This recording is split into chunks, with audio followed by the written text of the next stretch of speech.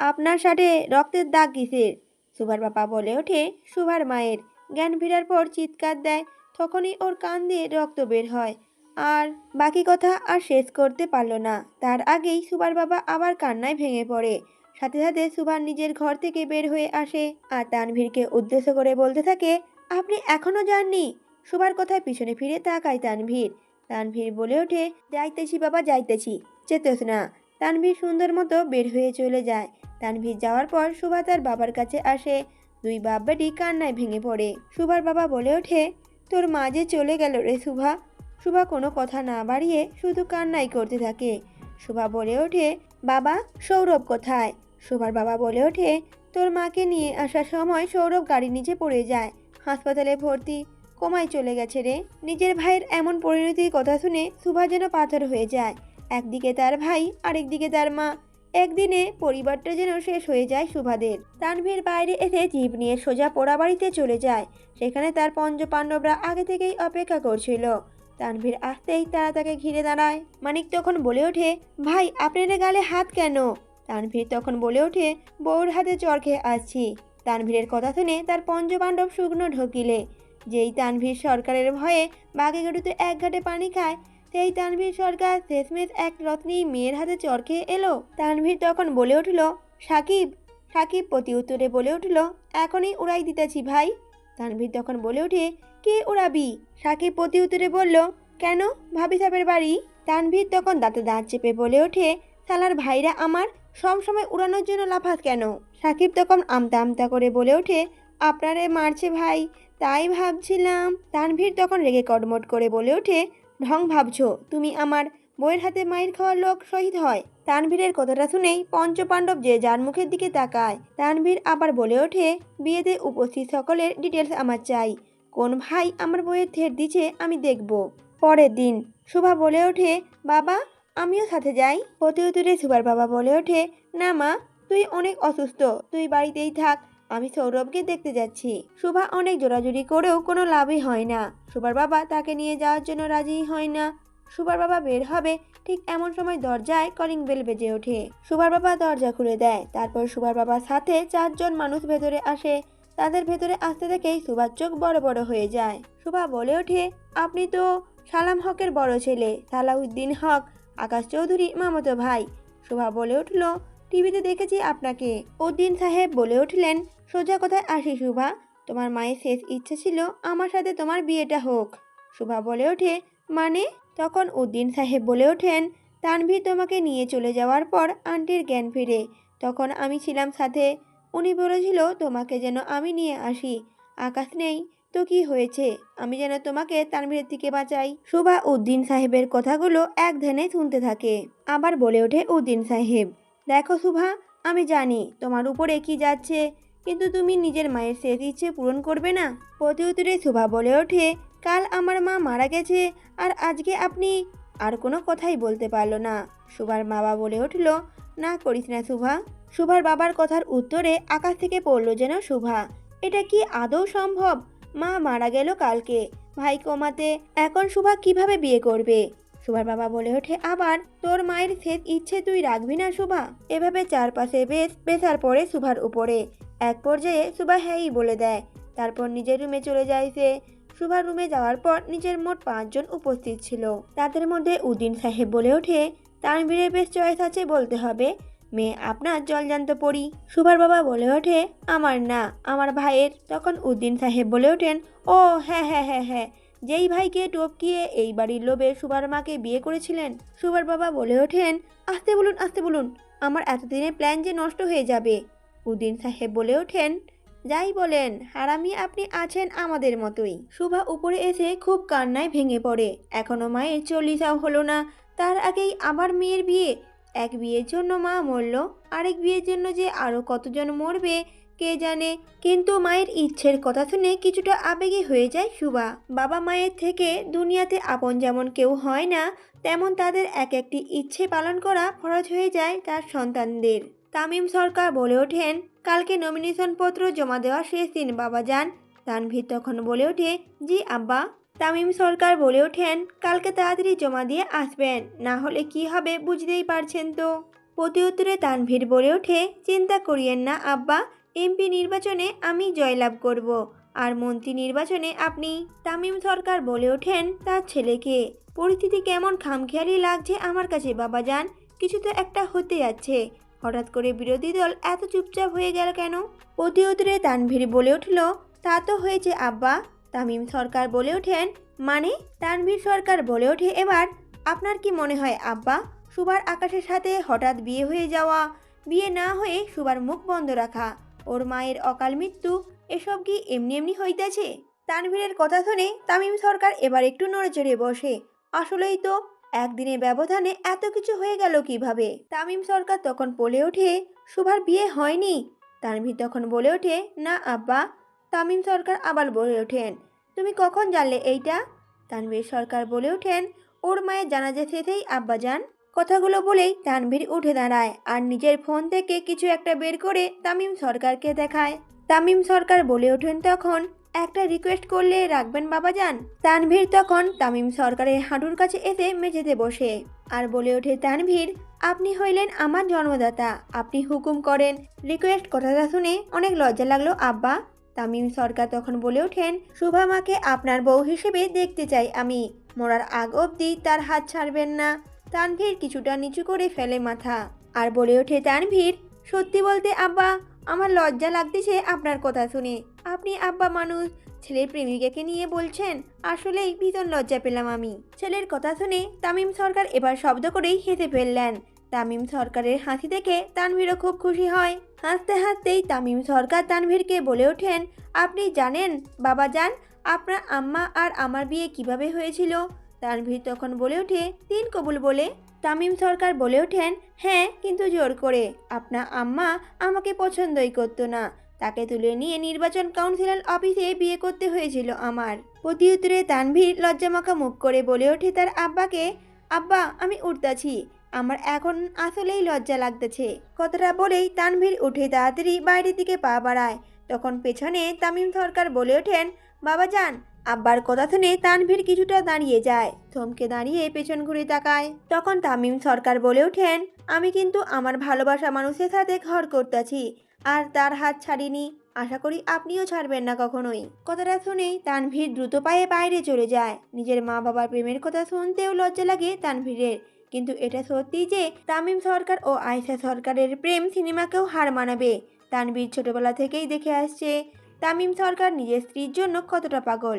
বয়স হয়ে গেলেও আয়েশা সরকারের সাথে মাঝে মাঝে ঘুরতে বেরিয়ে পড়েন রাত বিরাতে। এখনও মনে হয় তামিম সরকার আয়েশা যুবক যুবতী, তাদের ভালোবাসার মধ্যে কোনো পরিবর্তন আসেনি এখনো। কালাম বলে ওঠে, তানভীর জানলে আমাদের মৃত্যুর টিকিট ধরিয়ে দেবে সবাইকে। প্রতি উত্তরে উদ্দিন সাহেব বলে ওঠে, কিন্তু ওকে তো জানাতেই হবেই। কামাল বলে উঠল, আপনার মাথায় আসলে চলছে কি উদ্দিন ভাই? উদ্দিন সাহেব বলে ওঠেন, খেলা, ভয়ঙ্কর খেলা চলছে মাথায়। তখন পাঁচজন একে অপরের দিকে তাকায়। কামাল আবার বলে ওঠে, ওর চাপাতির নিচে কাটা পড়বো তো আমরা সবাই। তখন সুভার বাবা বলে ওঠে, তার আগেই নিউজ বের হবে, সঠিক সময়ে নমিনেশনপত্র জমা না দেওয়াতে নির্বাচন থেকে ছিটকে পড়ল তানভীর সরকার। কামাল বলে ওঠে, মানে? সুভার বাবা বলে ওঠে, আকাশকে দিয়ে সুভার বিয়ে ঠিক করার কারণ কি ছিল জানো? তানভীরকে মেন্টালি ডিস্ট্র্যাক্ট করা, কিন্তু হলো না। শালা তার আগেই উপস্থিত হলো, কিন্তু কালকে নমিনেশন পত্র জমা দেওয়ার শেষ দিন, তাই বিয়েটা কালকেই হবে। তানভীর বিয়েটা ভাঙতে আসবে, আর ওইদিকে তাজমল শেখ নমিনেশন পত্র জমা দেবে। ব্যাস, জাতীয় সংসদ নির্বাচনে প্রধানমন্ত্রী হওয়া থেকে শওকত হোসেনকে কেউ আটকাতেই পারবে না। না থাকবে তানভীর, আর না থাকবে তার ভয়। তার আগেই সবাইকে হাত করে নেব। তামিম সরকারকে আটকাতে হলে আগে তানভীরকে দূর করতে হবে, আর একবার সুভার সাথে আমার সব হয়ে গেলে তানভীর নিজেই শেষ করে দেবে। আশিনগরের রাজত্ব পাবো আমি। গত 15 বছরের হিসাব একদম চুকিয়েই দেব। তখন কামাল বলে ওঠে, তাহলে কালকেই সব করা যাক নাকি? উদ্দিন সাহেব বলে ওঠেন, তাহলে শুরু করা যাক, তবে মাঝখান দিয়ে বলির পাঠা হলো এই মা মেয়ে। তখন সুভার বাবা বলে ওঠে, কিন্তু সৌরভের যদি জ্ঞান ফিরে মাঝে, সুভাকে যদি সত্যিটা বলে দেয় তখন? উদ্দিন সাহেব তখন বলে ওঠেন, তার আগেই ওর খেল খতম করে দিন, নাকি ছেলের জন্য কষ্ট হচ্ছে আপনার? সুভার বাবা তখন বলে ওঠে, নিজের ছেলে হলে হয়তো হতো। তখন উদ্দিন সাহেব বলে ওঠে, মানে কি এটা? এটা আপনার রক্ত না? সুভার বাবা বলে ওঠে, সুভা সৌরভ আমার বড় ভাই সাহেবের ছেলে মেয়ে, সুভা 3 বছর আর সৌরভের 6 মাস বয়সে ওদের বাবা মারা যায়। তখন উদ্দিন সাহেব বলে ওঠেন, মারা যায় নাকি মেরেছেন? মারতে হয়েছিল। এবারই সুভার বাবার ইনকাম করা টাকা সবই আমার হবে। তানভীর সুভার জীবনে না আসলে আমি সারা জীবন ভদ্রলোকের মুখোশ পরে কাটিয়ে দিতাম। কিন্তু সেখানে তানভীর সুভার জন্ম থেকে এই অবধি সকল ডিটেলস বের করছিল। কোনো না কোনো দিন আমার অপরাধও বের হতো। উদ্দিন সাহেব বলে ওঠেন, বহুত হারামি আছেন তো আপনি। পরের দিন, মায়ের মৃত্যুর এখনো 40 দিনও হলো না আব্বু, তার আগেই বিয়ে। প্রতি উত্তরে সুভার বাবা বলে ওঠে, কিছু মানুষ মরার পর অনেক আশায় থাকে রে, তাদের স্বপ্ন কিভাবে পূরণ হবে। আমরা যদি করি তাহলে তাদের আত্মা শান্তি পায়। তুই সমাজ দুনিয়ার কথা ভুলে যা মা। প্রতি উত্তরে সুভা বলে ওঠে, আপনার কষ্ট হচ্ছে না আব্বু? মা নেই, ভাই নেই, এখন আমিও চলে যাচ্ছি। প্রতি উত্তরে সুভার বাবা বলে ওঠে, পৃথিবীর নিয়ম এটাই যে মা, কেউ কারোর জন্য থেমে থাকে না। তুই রেডি হয়ে নে। কথাটা বলেই সুভার বাবা একটা দীর্ঘশ্বাস ছেড়ে চলে যায় সেখান থেকে। রেডি হতে বলে সুভাকে। সুভাও চুপচাপ বসে থাকে। একটা মেয়ে বলে ওঠে, ম্যাম আপনার হাতে এটা কিসের ব্যান্ডেজ? বিউটিশিয়ানদের কথা শুনে সুভা নিজের হাতের দিকে তাকায়। সাথে সাথে তার মেমোরিতে দুদিন আগে ঘটে যাওয়া ঘটনার স্পষ্ট প্রতিচ্ছবি ভেসে ওঠে। তানভীরের কথা তো ভুলেই গেছিল সুভা। মেয়েটা বলে ওঠে, সরি ম্যাম, বুঝতে পারিনি। সুভা বলে ওঠে, কিছু না, তুমি তোমার কাজ করো। মায়ের মৃত্যুর শোকে সুভা তো ভুলেই গিয়েছিল তানভীর নামে কেউ একজন তার জীবনে আছে। মোটামুটি ভয় পেয়ে যায় সুভা। কবুল না বলাতে গুলি খেয়েছিল 2টা, বলাতে কয়টা যে খেতে হবে। সুভাও মন শক্ত করে বসে থাকে। এমন ভয় নিয়ে বেঁচে থাকা জীবন তার ভালো লাগছে না। এর থেকে তানভীরের হাতেই মরাই ভালো। এই বিয়ে বিয়ে খেলাতে সে হাঁপিয়ে উঠেছে। কোনো আয়োজন বা তেমন কোনো কিছুই করা হয়নি যেটা সাধারণ বিয়েগুলোতে হয়। কোনো আনন্দ ও রঙের ছোঁয়াও নেই এখানে, কেবল একটি বিষাদময় পরিবেশ। সুভাদের বাড়িতে মোট 18 জন আছে। সুভাকে নিচে নামানো হয়। সবে মাত্র কাজী রেজিস্টার খুলে সব লিখতে শুরু করে।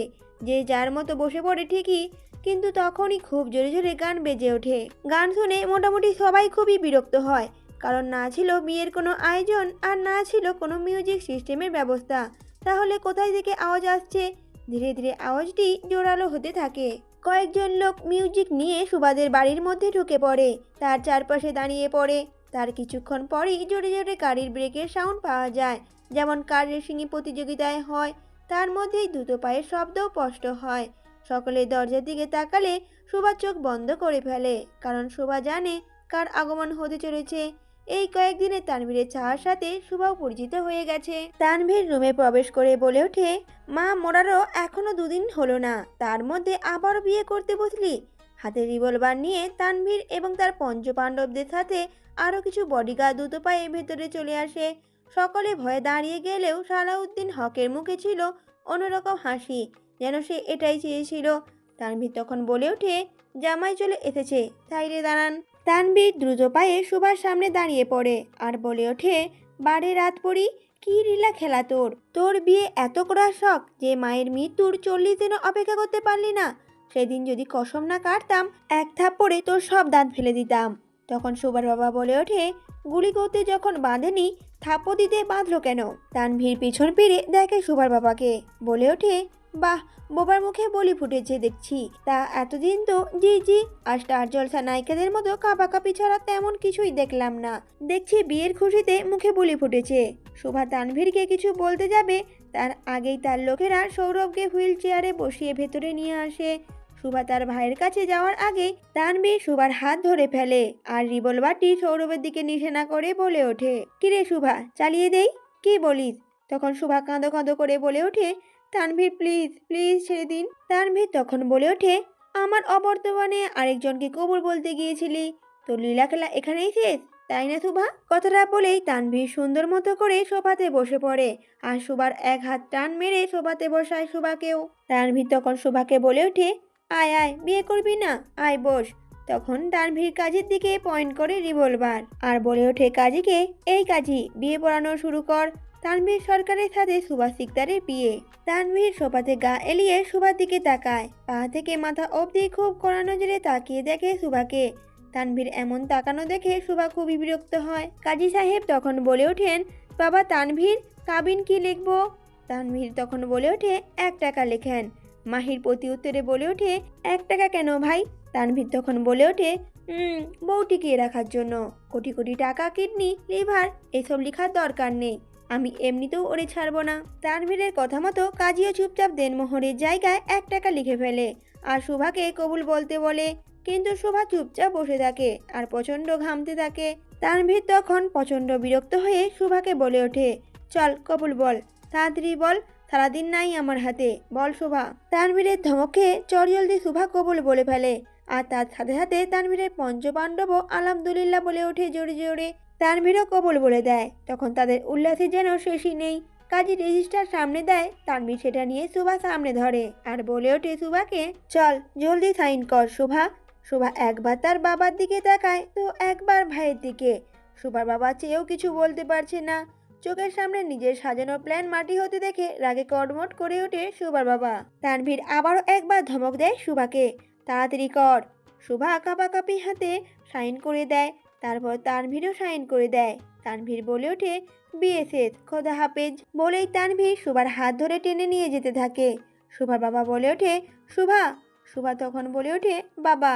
তানভীর দাঁড়িয়ে শুভার বাবার দিকে তাকায় আর বলে ওঠে, আরে আমার হারামি শ্বশুর যে, আফসোস আমার মতো জাত হারামি লোকের পাল্লাই তো পড়লেন। তানভীর শুভার দিকে তাকিয়ে বলে ওঠে, আহারে শুভা, হুদাই এত কাঁদোস না, নিজের মায়ের খুনির জন্য কেউ কাঁদবে নাকি?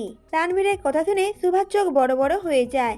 তখন তানভীর বলে ওঠে, জানতাম বিশ্বাস হইব না তোর, সচক্ষে প্রমাণ দেখবি, না হলে তো তোর জামাইয়ের কথা বিশ্বাস হইব না।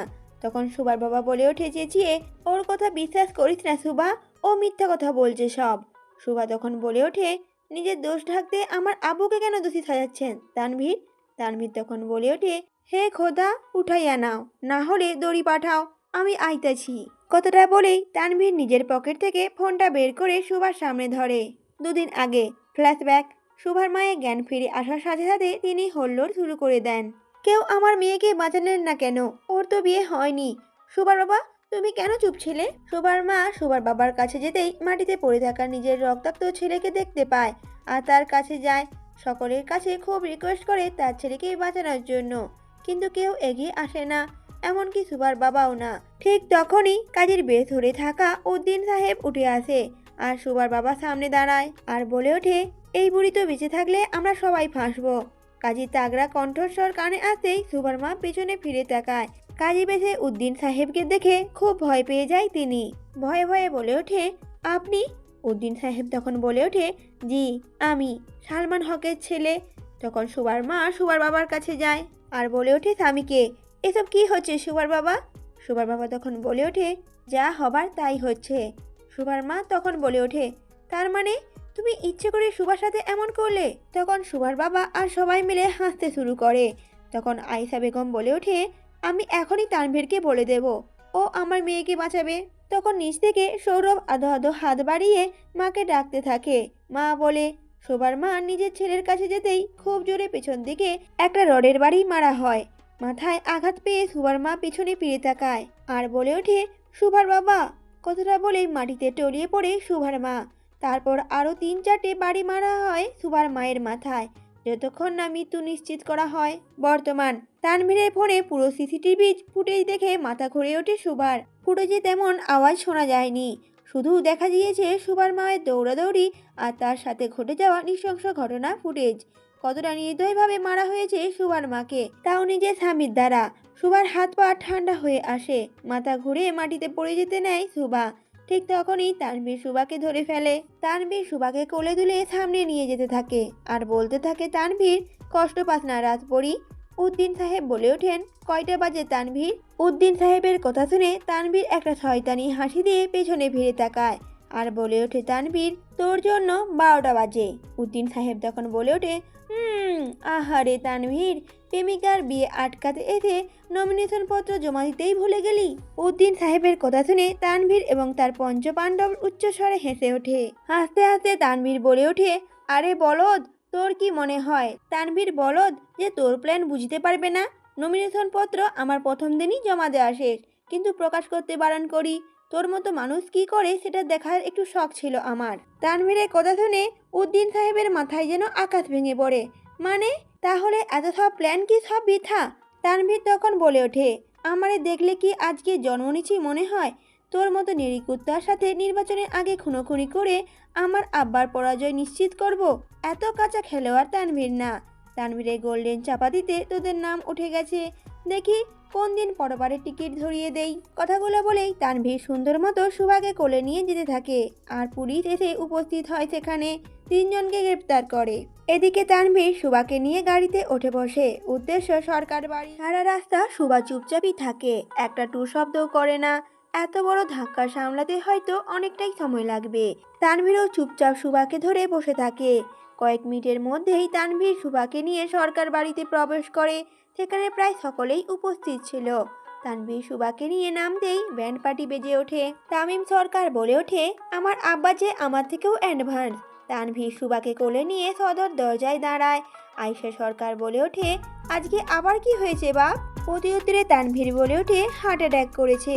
তখন তামিম সরকার বলে ওঠে, ভেতরে আসেন বাবা যান। কথাটা বলেই তামিম সরকার সরে যায় দোরগোড়া থেকে। তানভীর তখন বলে ওঠে, জি আব্বা। তানভীর সুভাকে নিয়ে ভেতরে এসে সোজা সোফাতে বসায় আর বলে ওঠে, তানভীর আব্বা যান, আজকে কিন্তু বিয়ে করেই বউ আনছি।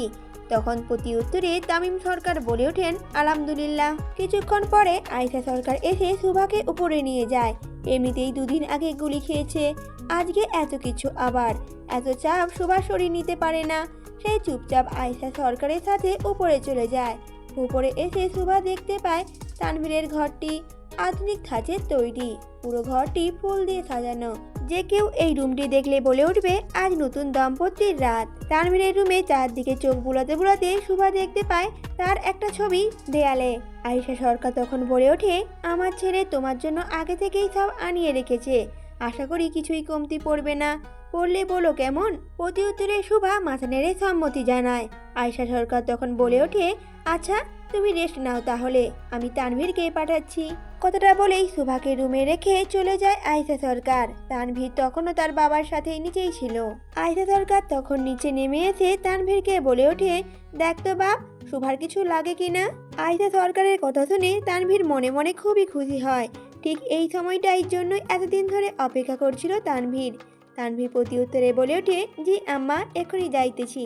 একথা বলেই তানভীর খুব খুশি মনে উপরে উঠতে থাকে। অবশেষে আজকে সেই দিন এসেছে যখন তানভীর সুভাকে নিজের করে পাবে। যেই দিন থেকে তানভীর সুভাকে দেখেছিল সেই দিন থেকেই তানভীরের একটাই ইচ্ছে ছিল, সুভাকে নিজের বউ করে আনা। আর আজ সত্যি সত্যি সুভা তানভীরের বউ। সত্যি ভালোবাসায় হয়তো এতটাই টান থাকে যে প্রিয়তমাকে নিজের করে তবেই শান্ত হয়। তানভীরের ভালোবাসায় হয়তো এতটাই টান ছিল যে সুভাকে নিজের বউ করে এনেই ছাড়লো তানভীর। তানভীর দু কদম সিঁড়িতে পা দিতেই পিছন থেকে মাহির তাকে ডেকে বসে। ভাই! প্রতি উত্তরে তানভীর বিরক্তি কণ্ঠে বলে ওঠে, সারা জীবন আমার। তানভীর খুব কড়া মেজাজে তাকায় পেছনে। মাহিরের সাথে বাকি চারজন বদমাইশ নাদান বাচ্চাদের মতো দাঁড়িয়ে থাকে, যেন তারা কিছুই জানে না, ভাজা মাছটা উল্টে খেতে জানে না। তানভীর প্রতি উত্তরে বলে ওঠে, মরার আর সময় পাইলি না রে তোরা। তারা পঞ্চ পাণ্ডব একজন আরেকজনের মুখের দিকে তাকিয়ে মিটিমিটি করে হাসে।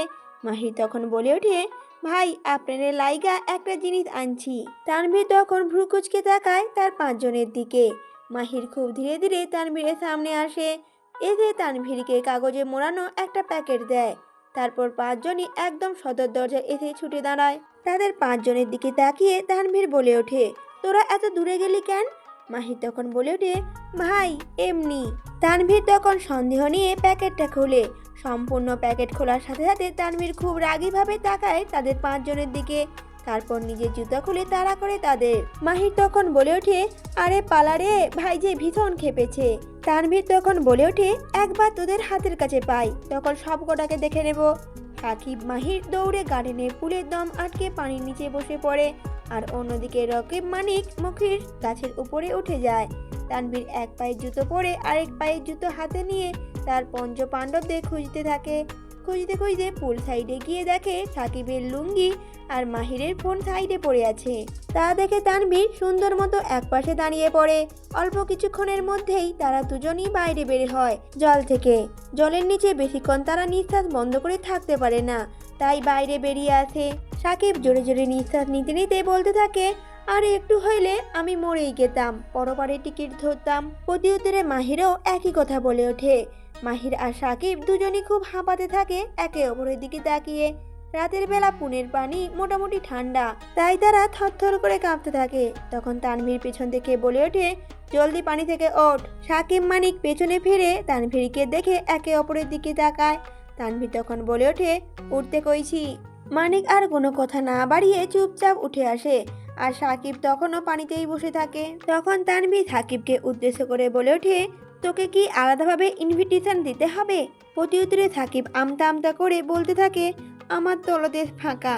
তানভীর বলে ওঠে, সাকিব তখন আমতা আমতা করে বলতে থাকে, আপনার ভয়ে আমি লুঙ্গি খুইয়া নাইমা পড়ছি। তানভীর নিজেই নিজের কপাল বাড়ি মারে আর বলতে থাকে, তানভীর তোর লুঙ্গি যেখানে সেখানে খুলে যায় কেন? প্রতি উত্তরে সাকিব বলে ওঠে, ভাই গিট্টু তো মারাই নাই। তানভীর তখন বলে ওঠে, কোন দিন জানি বোমা মাইরা লুঙ্গি উড়িয়ে দিস আকাশে। কথাটা বলেই তানভীর সাকিবকে লুঙ্গি ছুরি মারে। সাকিব সুন্দর মতো লুঙ্গি পরে উপরে উঠে আসে। তানভীর তখন বলে ওঠে, বাকি 3 বজ্জাত কই? মাহির তখন ইশারা করে গাছের দিকে দেখায়। তানভীর উপরে তাকিয়ে দেখে 3 জনই গাছে ঝুলে আছে। তানভীর তাদের 3 জনকে দেখে বলে ওঠে, তোরা নামবি নাকি গাছ কাটতে হবে? বাকি 3 জনও সুন্দর মতো গাছ থেকে আস্তে আস্তে নামতে থাকে। মানিককে পা ফাঁক করে হাঁটতে দেখে তখন তানভীর বলে ওঠে, তোর পায়ে আবার কি হলো? তখন মানিক আমতা আমতা করে বলতে থাকে, আসলে ভাই আপনার ভয়ে গাছে উঠতে যেয়ে পা ছিলে গিয়েছে। কথাটা শুনেই সবাই উচ্চস্বরে হেসে ওঠে। মাহির তখন বলে ওঠে, ভাই ভাবি সাহেব কিন্তু আপনার লাইগা অপেক্ষা করতেছে। কথাটা শুনেই তানভীর বাড়ির ভেতরে চলে আসে, আর তার পঞ্চ পাণ্ডবরা বাইরেই থাকে। ভেতরে আসতেই তানভীরকে তার মা হাতে একটা স্বর্ণের বালা ধরিয়ে দেয়। বালাটা দেখেই তানভীর বলে ওঠে, এটা কিসের জন্য আম্মা? তখন আয়েশা সরকার বলে ওঠে, নতুন বউকে বিয়ের দিন কিছু দিতে হয়। তানভীর তখন বলে ওঠে, তাহলে আমার সম্পত্তি যা আছে সব লিখে দেই। আয়েশা সরকার বলে ওঠে, ওটাও দিত, এখন আপাতত এইটা দে। তানভীরও বাধ্য ছেলের মতো বালাগুলো নিয়ে উপরে আসতে থাকে। সারাদিনে ক্লান্তি আর ধকলে শুভা বেশিক্ষণ বসে থাকতেই পারে না, কখন যেন ঘুমের দেশে তলিয়ে যায়। অসুস্থ শরীর আর ক্লান্ত মন দুটোই ব্যালেন্স ঠিক করতে হিমশিম খায় শুভা। আজকে যেন পৃথিবীর সব থেকে একা মানুষটি শুভা নিজেই। শুভার এখন যে আর কেউ নেই, না বাবা আছে আর না মা আছে আর না ভাই আছে। একটি সুন্দর সাজানো গোছানো পরিবার এক নিমেষেই শেষ হয়ে গিয়েছে। শুভা ভেবেই কুল পায় না কার নজর লাগলো তার পরিবারের উপরে। অনেকক্ষণ বসে থাকতে থাকতে শুভা বিছানাতেই শুয়ে পড়ে আর গভীর ঘুমে তলিয়ে যায়। তানভীর দরজার লক খুলে ভেতরে এসে দেখে ছোট্ট বিড়াল ছানার মতো গুটিসুটি হয়ে গভীর ঘুমে আচ্ছন্ন হয়েছে তার রাতপরি। তানভীর দরজায় লক দিয়ে ধীরে ধীরে শুভার কাছে আসে। শুভার খুব কাছে এসে বসে পড়ে আর বিড়বিড় করে তানভীর বলতে থাকে, নায়িকাদের মতো এত মেকআপ নিয়ে কেডা ঘুমাই শুনি? কথাগুলো বলেই তানভীর বালাগুলো সাইডে রেখে শুভার মুখ বরাবর হেলান দিয়ে বসে।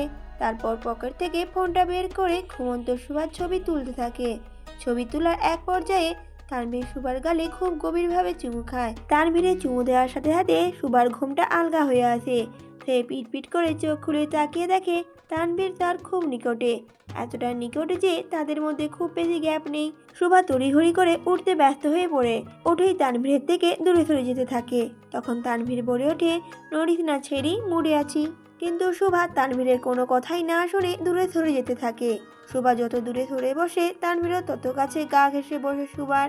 শুভা একটু করে সরে বসে, তানভীরও একটু করে গা ঘেঁষে বসে। শুভার কাণ্ড দেখে তানভীর বিরক্ত হয়ে বলে ওঠে, তোর কি করোনা হয়েছে শুভার? শুভা মাথা নেড়ে না বোঝায়। তানভীর তখন বলে ওঠে, তাহলে নিশ্চয়ই এডস হয়েছে।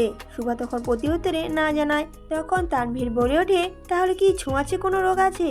শুভা প্রতি উত্তরে না জানায় যে আমার কিছুই হয়নি। তখন তানভীর বলে ওঠে, তাহলে থমথমে পালাই পালাই করিস কেন, দূরে সরে যাস কেন? শুভা ভ্রুকুচকে তাকায় তানভীরের দিকে। শুভা তখন বলে ওঠে, আমি প্রস্তুত না Tanvir, I need some time. কিন্তু তানভীর শুভার কোনোই কথা শুনে না। শুভার মাথায় ওড়না খুলতে থাকে। এক এক করে সব পিন খুলে শুভার চুলে লাগানো সমস্ত ফেক ফুলগুলো ফেলে দেয়। কোনো কথা নেই দুজনের মুখে। পিনপত নীরবতা চলে শুভার ও তানভীরের মাঝে। তানভীর নিজের কাজে ব্যস্ত, আর এদিকে শুভার নিঃশ্বাস ক্রমশ ওঠানামা করে। তানভীর শুভার কাঁধের খুব কাছাকাছি নিজের মুখটা আনে। তানভীরের নিঃশ্বাস শুভার কাঁধ বরাবর পড়তে থাকে। তা দেখে শুভা ভয়ে শুকনো ঢোক গিলতে থাকে বারবার। জড় বস্তুর মতো বসে থাকা ছাড়া তার কোনো উপায় নেই যে। আর তানভীর কি শুভার বারণ শুনবে? তানভীর শুভার কানের পাশ থেকে চুলগুলো সরিয়ে শুভার কানে ঝুমকো খুলতে থাকে। তানভীর খুব যত্ন সহকারে শুভার সমস্ত গয়না খুলে ফেলে, এক এক করে খুলে সব সাইডে রাখে। তানভীর শুভার থেকে একটু পিছনে সরে বসে আর আলতো করে শুভার গলার নেকলেসটা খুলতে থাকে।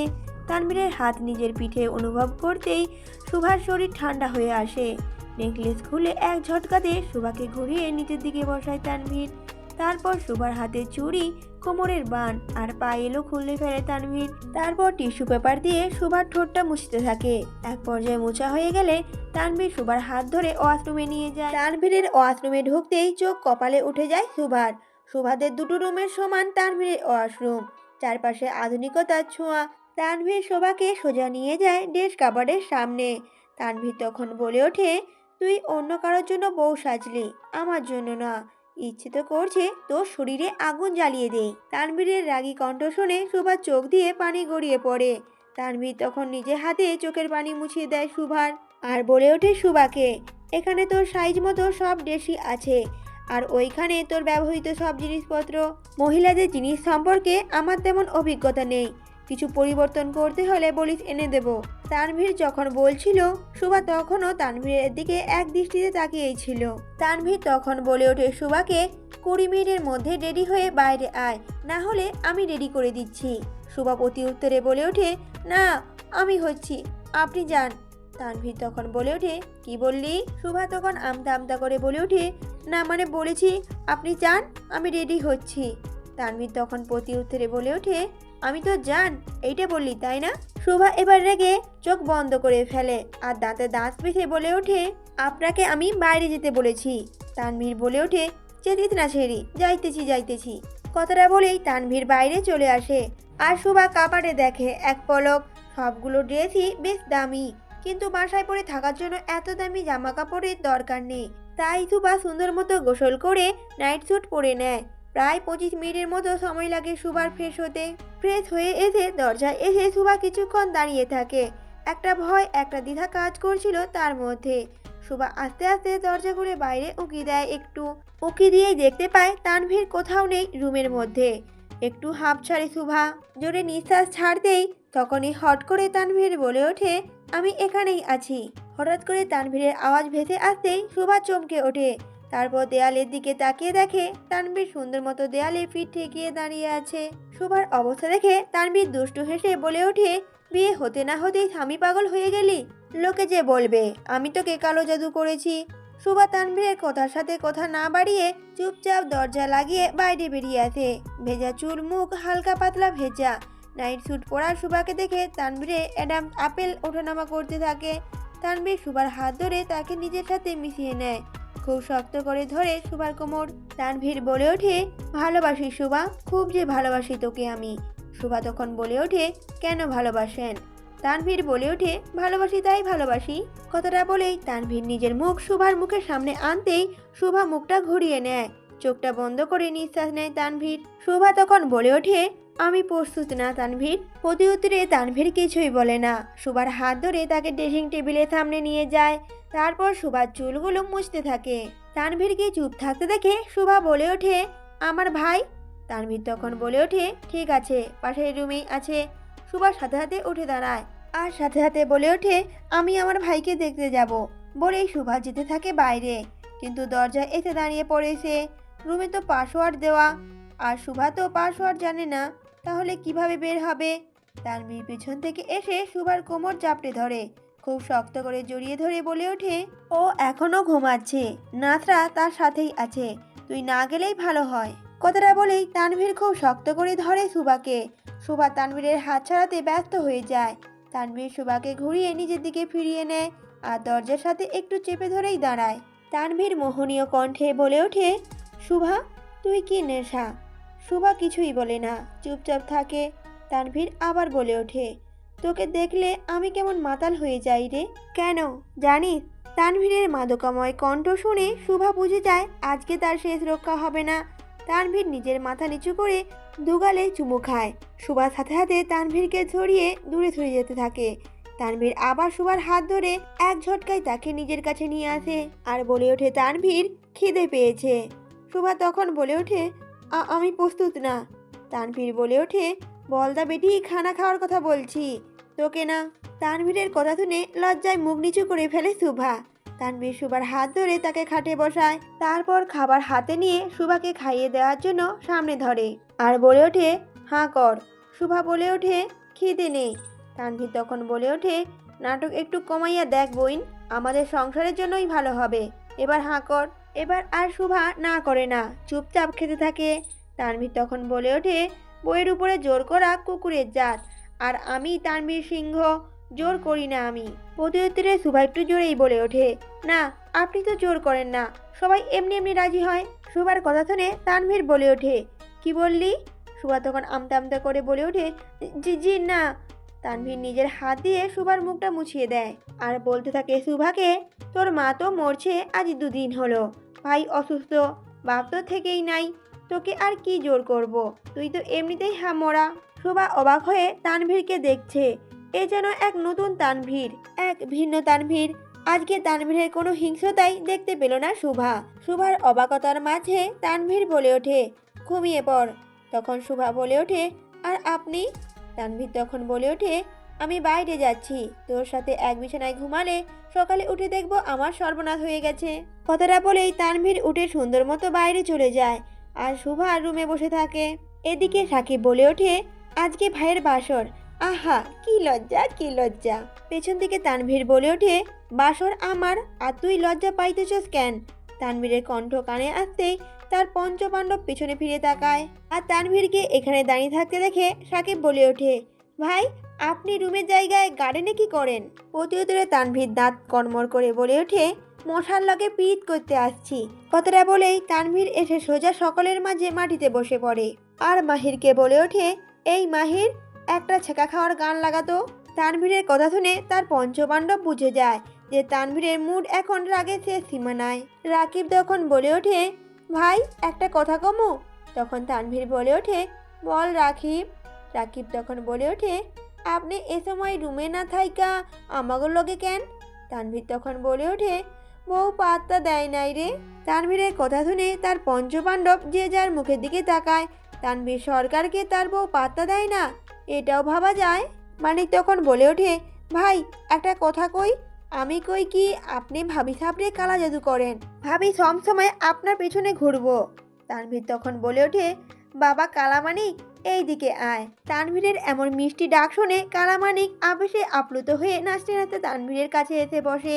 তানভীর নিজের হাতে হালকা থুতু দিয়ে ঠাস করে একটা কালামানিকের মাথায় চাপড় মারে। সাকিব তখন বলে ওঠে, বেশ হয়েছে ভাই, আর একটা দেন হালারে। তানভীর এবার রাগী দৃষ্টিতে তাকায় সাকিবের দিকে। তানভীরের তাকানোতে সাকিব অন্যদিকে তাকানোর ভান ধরে। তানভীর তখন বলে ওঠে, আমি খাঁটি মুসলিম, ইমানদার মানুষ, এগোলা আজাইরা বুদ্ধি দিলে তোরে সাগরে ডুবাবো। সাকিব তখন হট করে বলে ওঠে, হ ভাই, আপনি এতটাই ইমানদার যে কোথায় কোথায় গলা কাটেন। এবার তানভীর রেগে নিজের জুতো খুলে সাকিবকে দৌড় লাগায় আর বাকি 4 জনও দৌড় লাগায় সাকিবকে ধরতে। এক পর্যায়ে সাকিব ইটের ওষ্টাকে পড়ে যায় দ্রাম করে। তখন মাহির বলে ওঠে, ভাই ওরে ওর বোমের সাথে বাইন্ধা উড়াই দেন। তখন সাকিব বলে ওঠে, মির্জাপুর মাহির। তানভীর তখন বলে ওঠে, চুপ শালা, ভাইয়ের সাথে মস্করা করিস। সাকিব তখন বলে ওঠে, ভাই ভাবি সাপের কসম, মারবেন না। সুভার কসম দেয় তানভীর নিজের জুতো আবার পরে ফেলে, তারপর মাটিতেই বসে পড়ে। তানভীরের সাথে বাকিরাও বসে পড়ে। তানভীর বড় একটা নিঃশ্বাস ফেলে উপরে তাকায় আর হতাশ কণ্ঠে বলে ওঠে, এই 5 জন কি আমার কপালেই দেওয়া দরকার ছিল খোদা? কথাটা বলেই তানভীর উপরেই তাকিয়ে থাকে আর সাথে সাথে তার পঞ্চপাণ্ডব উপরে তাকায়। সাকিব বলে ওঠে, ভাই আকাশে কে দেখেন? তানভীর একটা জোরে নিঃশ্বাস ফেলে চোখটা বন্ধ করে ফেলে। সাকিব এবার বলে ওঠে, ভাই। তানভীর বলে ওঠে, বল সাকিব। সাকিব বলে ওঠে, ভাই আমি বিয়া কমু। সাকিবের কথা শুনে তানভীর সহ বাকি 5 জনই অবাক চোখে তাকায় সাকিবের দিকে। বোমা সাকিব যে বোমা না বানিয়ে বর সাজতে চাইছে, বিষয়টি আশ্চর্যের চেয়েও কম না। তানভীর তখন বলল, মাইয়া কেডা? সাকিব খুব লজ্জা পায় আর লবঙ্গ লতিকার মতো নেতিয়ে যায়। সাকিব তখন লজ্জা মাখা মুখে বলে ওঠে, একটা বোরখা পরা মাইয়া। সাকিবের মুখে বোরখা পরা মাইয়ার কথা শুনে কালামানিক খুব গর্জে ওঠে আর বলে ওঠে, খবরদার ভাই, দক্ষিণ পাড়ার বোরখা পরা মেয়েটা কিন্তু আমার। সাকিব তখন রেগে চিৎকার করে বলে ওঠে, ওই মাইয়া আমারে ভালোবাসে। মানিক তখন বলে ওঠে, ওই ঝেমরি আমারে ভালোবাসে। দুজনে চিৎকার করে ওঠে। কালামানিক আর বোমা সাকিব খুব মারাত্মকভাবে লেগে যায় আর তানভীর খুব রাগী দৃষ্টিতে তাকিয়ে থাকে তাদের দুজনের দিকে। তানভীরের রাগী দৃষ্টি দেখে দুজনেই চুপ হয়ে যায়। তখন তানভীর বলে ওঠে, কাহিনী কি? সাকিব তখন বলে ওঠে, ভাই আমি কমু। মানিক তখন বলে ওঠে, না ভাই আমি কমু। তানভীর আবার রাগী গম্ভীর হয়ে তাকায় তাদের দিকে। তখন রফিক বলে ওঠে, ভাই আমি কই? তখন তানভীর বলে ওঠে, বল রফিক। তখন রফিক বলতে থাকে, ভাই 10 কি 15 দিনের দিন ধইরা একটা বোরখা পরা ঝেমরি আমাগো আড্ডা দেওয়ার জায়গায় গিয়ে যাতায়াত করে। সাকিবা ও মনিকা দুইটাকে দেখলেই হাসে আর কেমন কোমর বাঁকাইয়া হাঁটে। তানভীর বলে ওঠে, কিন্তু মেয়েটাকে? তখন রফিক বলে ওঠে, ভাই আমরা কেউ মুখই দেখি নাই। কি রে মাহির, তুইও তো দেখোস নাই? তখন তানভীর একটু চুপচাপ বসে ভাবার চেষ্টা করে আসলে দোষটা কার। সাকিব তখন বলে ওঠে, ভাই ওই ঝেমরি আমারে ভালোবাসে। মানিক তখন বলে ওঠে, আহ, ভালোবাসে? তোকে ভালোবাসে না, ভালোবাসে আমারে। আমার থেকে 4,000 টাকা নিয়েছে সে। মানিকের মুখে 4,000 টাকার কথা শুনে সাকিব খুবই রাগান্বিত হয় আর বলে ওঠে, মিছা কথা একদম কইবি না, ওরে আমি 6,000 টাকা দিছি পরশুদিন। তখন তানভীর উঠে দাঁড়িয়ে কিছু একটা ভাবার চেষ্টা করে আর বলে ওঠে, সবই তো বুঝলাম, কিন্তু ও ভালোবাসে কারে? কারে লাভ ইউ বলেছে? প্রতি উত্তরে সাকিব এবং মানিক দুজনেই চুপ থাকে। তানভীর ভ্রুকুচকে তাকায় তাদের দিকে। তানভীরের তাকানোতে সাকিব তখন বলে ওঠে, আসলে ভাই ওই কখনো কথা কয় নাই ছড়ি, যাইতে আর আইতে টানা চোখ দিয়ে তাকাইতো, আবার গায়েব হয়ে যাইতো। তানভীর তখন কালামানিকের দিকে তাকায়। তখন মানিকও বলে ওঠে, আমারও সেম কেস ভাই, যাইতে আর আইতে তাকাইতো আর গায়েব হয়ে যাইতো। ওই দিন শুধু একটা কাগজে লিখেছে, অনেক বিপদে আছি, টাকা লাগবো, তাই দিচ্ছি। আমি তো ভাবছি আমারে মহব্বত করে। বাকিরা সবাই ভেবে পায় না কোন বোরখা পরা মেয়ের কথা বলছে। কেউ তো দেখেনি, কিন্তু গায়েব হয়ে যাচ্ছে যে। মফিজ তখন বলে ওঠে, ভাই জিন হইব না তো? টাকলা মফিজের কথা শুনে সাকিব আর মানিক দুজনেই শুকনো ঢোক গিলে। তানভীর তখন বলল, আচ্ছা আচ্ছা দেখছি, মাহির সিসিটিভি ফুটেজটা নিয়ে আয় তো। মাহিরকে ডাকার সঙ্গে সঙ্গে তখন দেখে মাহির অনেকটা দূরে গিয়েছে। তখন তানভীর বলে ওঠে, কি রে তুই এত দূর কেন? তখন মাহির বলে ওঠে, ভাই বাথরুম পেয়েছে, যাচ্ছি। তানভীর তখন বলে ওঠে, এই সময়? মাহির কিছু না বলে চুপচাপ যেতে থাকে আর তানভীরের সন্দেহ হয় তার যাওয়ার উপরে। মাহির যথেষ্ট ফিট, তানভীরের সাথে জিমের পরে থাকে, তার হেলথ নিয়ে কোনো গড়বড় হয় না সহজে। তানভীরের প্রচণ্ড সন্দেহ হয়, তাই বলে ওঠে, ওরে ধরে নিয়ে আয় সবাই। তানভীরের নির্দেশ শুনে বাকি 4 জন দৌড় লাগায় মাহিরের পেছনে আর তাদের দৌড়াতে দেখে মাহিরও খুব জোরে দৌড় দেয়। তখন তানভীর বুঝতে পারে কিছু তো একটা রহস্যই আছে। মাহিরকে ধরে সকলে তানভীরের সামনে নিয়ে আসে। তানভীর তখন বলে ওঠে, সত্যি কথা বল, কি করছস? মাহির তখন বলে ওঠে, আসলে ভাই আমি। তানভীর তখন বলে ওঠে, সিরিয়ালে নায়িকাদের মতো এমন কইরা বলিস না, সঠিক কথা বল। মাহির তখন বলে ওঠে, ওই বইখা পড়া ঝিমড়িটা আর কেউ না ভাই, আমি নিজেই। মাহিরের কথা শুনে তানভীর সহ সকলে হতভম্বের মতো তাকিয়ে থাকে বড় বড় চোখ করে আর মাহির কানামানিক আর সাকিবের দিকে তাকায়। সাকিব তখন বলে ওঠে, হারামি, আমার টাকা দে আগে। তখন মানিকও বলে ওঠে, আমার 4,000 টাকা দে এক্ষুনি। কালামানিক আর সাকিব দুজনেই মাহিরকে রামধোলাই দিতে থাকে। মাহির তখন চিল্লাতে চিল্লাতে বলে ওঠে, ভাই বাঁচান, আর আল্লাহর নাম করে বারবার বাঁচানোর কথা বলতে থাকে। তানভীর কিছু না বলে চুপচাপ দাঁড়িয়ে থাকে আর তাদের তামাশা দেখতে থাকে। কিছুক্ষণ পর জোরে ধমক দেয় তানভীর আর সবাই যে যার জায়গায় বসে পড়ে। সাকিব তখন বলে ওঠে, জীবনে প্রথমবার প্রেম করলাম, তাও বেডা। মানিকও বলে ওঠে, আগে যদি জানতাম এটা বেডা তাহলে জীবনেও প্রেম করতাম না। মাহি চুপচাপ বসে তাদের কথাগুলো হজম করতে থাকে আর ব্যথা জায়গায় ভালোভাবে মলম লাগাতে থাকে। মাহির মলম বুলাতে বুলাতে বলতে থাকে, আমি কি কইছি আমি তোগরে ভালোবাসি? তোরাই তো মাইয়া দেখলে কুত্তার মতো পাগল হয়ে যাস, এতে আমার কি দোষ? মাহিরের কথা শুনে সাকিব ও মানিক দুজনেই কড়া নজরে তাকায় মাহিরের দিকে। সাকিব তখন বলে ওঠে, মাইয়া দেখলে হই, তোর মতো বেড়া দেখলে না। মানিক তখন বলে ওঠে, হালার ভাই, আমার যৌবনে প্রথম প্রেমে এমনই বরবাদ করে দিলি। তাদের অবস্থা দেখে মাহির মিটিমিটি করে হাসতে থাকে। আর বলতে থাকে, এখন আবার সাকিব খানের মতো গান গাইস না আমারে নিয়া, প্রতি নিঃশ্বাসে নাম তোমার। এভাবে তানভীরের পঞ্চপাণ্ডব এক একজন আরেকজনের সাথে লেগে থাকে সবসময়, আর তাদের ঝগড়াই শেষই হয় না। কিন্তু তানভীরের আজকে তেমন কোনো সতেজ রূপ দেখা গেল না তাদের মধ্যে। এই শান্ত তানভীরকে তারা চিনে না।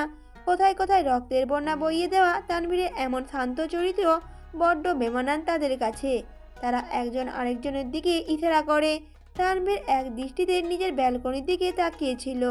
এখনো লাইট জ্বলছে, হয়তো সুভা এখনো ঘুমায়নি। অপরদিকে তানভীর চলে যাওয়ার পর সুভা চুপচাপ বেডের এক সাইডে বসে থাকে। এত বড় ঘর, তার উপরে অপরিচিত, ঘুম যে আসবেই না তা বলাই বাহুল্য। সুভা কিছুক্ষণ পায়চারিও করে, কিন্তু অশান্ত মন, একদিনে পরিবারের সব শেষ, এত কিছু সুভা মানতেই পারছে না। সকল কিছুর জন্য সুভা তানভীরকে মনে মনে দায়ী করে। না তানভীর তার জীবনে আসতো, আর না এত কিছু ঘটতো কখনো। কিন্তু সুভার এখন সবচেয়ে বড় ভয় হচ্ছে তার ভাইকে নিয়ে। তার ভাইকে যে হারাতে পারবে না সে। এত বড় পৃথিবীতে তার ভাই ছাড়া যে আর কেউ নেই এখন। সুভা পায়চারি করতে করতে মনের অজান্তেই বারান্দায় যায়। যদি মনটা ভালো লাগে, তানভীরের বারান্দাটা বেশ বড় হয়, এখানে খোলা বাতাসে হাঁটতেও ভালো লাগবে। এদিকে তানভীর নিজের বারান্দার দিকে তাকিয়ে গাইতে থাকে। যখনই এই রূপ স্মরণ হয়, লাগে না লোক ও লজ্জার ভয়। খুব সুন্দর একটা ছেলে কণ্ঠ ভেসে আসতে সুভা একদম ব্যালকনি কিনারায় চলে যায়। এত মনোমুগ্ধকর গলা কার সেটা দেখার জন্য। একবার শুনলেই যে কেউ ফিদা হয়ে যেতে পারে তার গলার কণ্ঠ শুনে। সুভা একদম কিনারায় যেয়ে দেখতে পায় তানভীর এবং তার পঞ্চপাণ্ডব বসে আছে ঘাসের উপরে গোল হয়ে। তানভীর মাঝে বসে গান গাইছে। সুভা খুব অবাক চোখে তাকিয়ে থাকে তানভীরের দিকে। খুব সুন্দর কণ্ঠস্বর, অবশ্য ছেলেদের গলার খাঁটি বাংলা গান মারাত্মক সুন্দর লাগে। সুভার খুব ইচ্ছে ছিল যার সাথে তার বিয়ে হবে সেই জন্য তাকে গান গাইয়ে শোনায়, কিন্তু তানভীরের সাথে ইচ্ছের বিরুদ্ধে বিয়ে হওয়াতে তার সকল ইচ্ছে নষ্ট হয়ে যায়, চাপা পড়ে যায় তার সকল ইচ্ছে। তানভীর গান গাওয়ার এক পর্যায়ে বেলকনির দিকে তাকায়, আর হঠাৎ গানটা বন্ধ করে দেয়। সুভাকে তার দিকে তাকিয়ে থাকতে দেখে তানভীরের চুপ হওয়ার সাথে সাথে তার পঞ্চপাণ্ডব তাকায় তানভীরের দিকে। তানভীরের দৃষ্টির দিকে তাকিয়ে তারাও তার দৃষ্টির সঙ্গে মিলিয়ে উপরের দিকে তাকায়, কিন্তু সুভাকে দেখার সাথে সাথে তারা চোখটা নামিয়ে ফেলে, কারণ তানভীরের যে কড়া নির্দেশ, সুভাকে ভুলেও তাকানো যাবে না। তানভীর উঠে বেলকনির নিচে দাঁড়াতেই সুভা ধ্যান ভাঙে। এতক্ষণ যে এক দৃষ্টিতে তাকিয়েছিল তা মনেই ছিল না, কোথায় যেন হারিয়ে গিয়েছিল সুভা। তানভীর তখন মুখে দুষ্টু হাসি হেঁটে বলে ওঠে, কি বউ, স্বামীকে ছাড়া ভালো লাগে না নিশ্চয়ই, আসবো নাকি উপরে? সুভা চট করে মাথা নেড়ে না জানায় আর ভিতরে চলে যায়। তখন তানভীর হাসতে থাকে, আর তানভীর বিড়বিড় করে বলে ওঠে, ডরাইছে। তানভীরের পিছু পিছু তার পঞ্চপাণ্ডবও এসে দাঁড়ায় তানভীরের পেছনে, আর সাকিব পেছনে এসে বলে ওঠে, ভাবি সাহেব মনে হয় আপনারে মিস করতেছে ভাই, সরবে কইবার পারতেছে না। সাকিবের কথা শুনে তানভীর কিছুটা অন্যমনস্ক হয়ে পড়ে। সুভা তানভীরের আশেপাশে থাকলে সে যে নিজেকে কন্ট্রোলই করতে পারে না। তানভীর নিজেও মাঝে মাঝে ভেবে কুল পায় না, এই একরক্তি মেয়ের মধ্যে কি এমন আছে যে তার জন্য এত পাগল সে।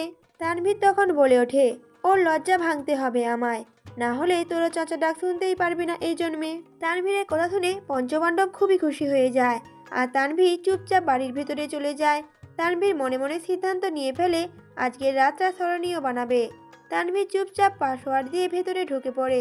পুরো রুম অন্ধকার, শুধু ডিম লাইট জ্বলছে। সুভা কম্বল মুড়ি দিয়ে চুপচাপ শুয়ে আছে। তানভীর সুভার পাশে যেয়ে দাঁড়ায়, গিয়ে বিড়বিড় করে বলতে থাকে, কম্বলের জায়গায় আমাকেও তো জড়িয়ে ধরে ঘুমাতে পারতো, শয়তান ঝেমড়ি। কথাটা বলেই তানভীর চুপচাপ ওয়াশরুমে চলে যায় আর ফ্রেশ হয়ে আসে।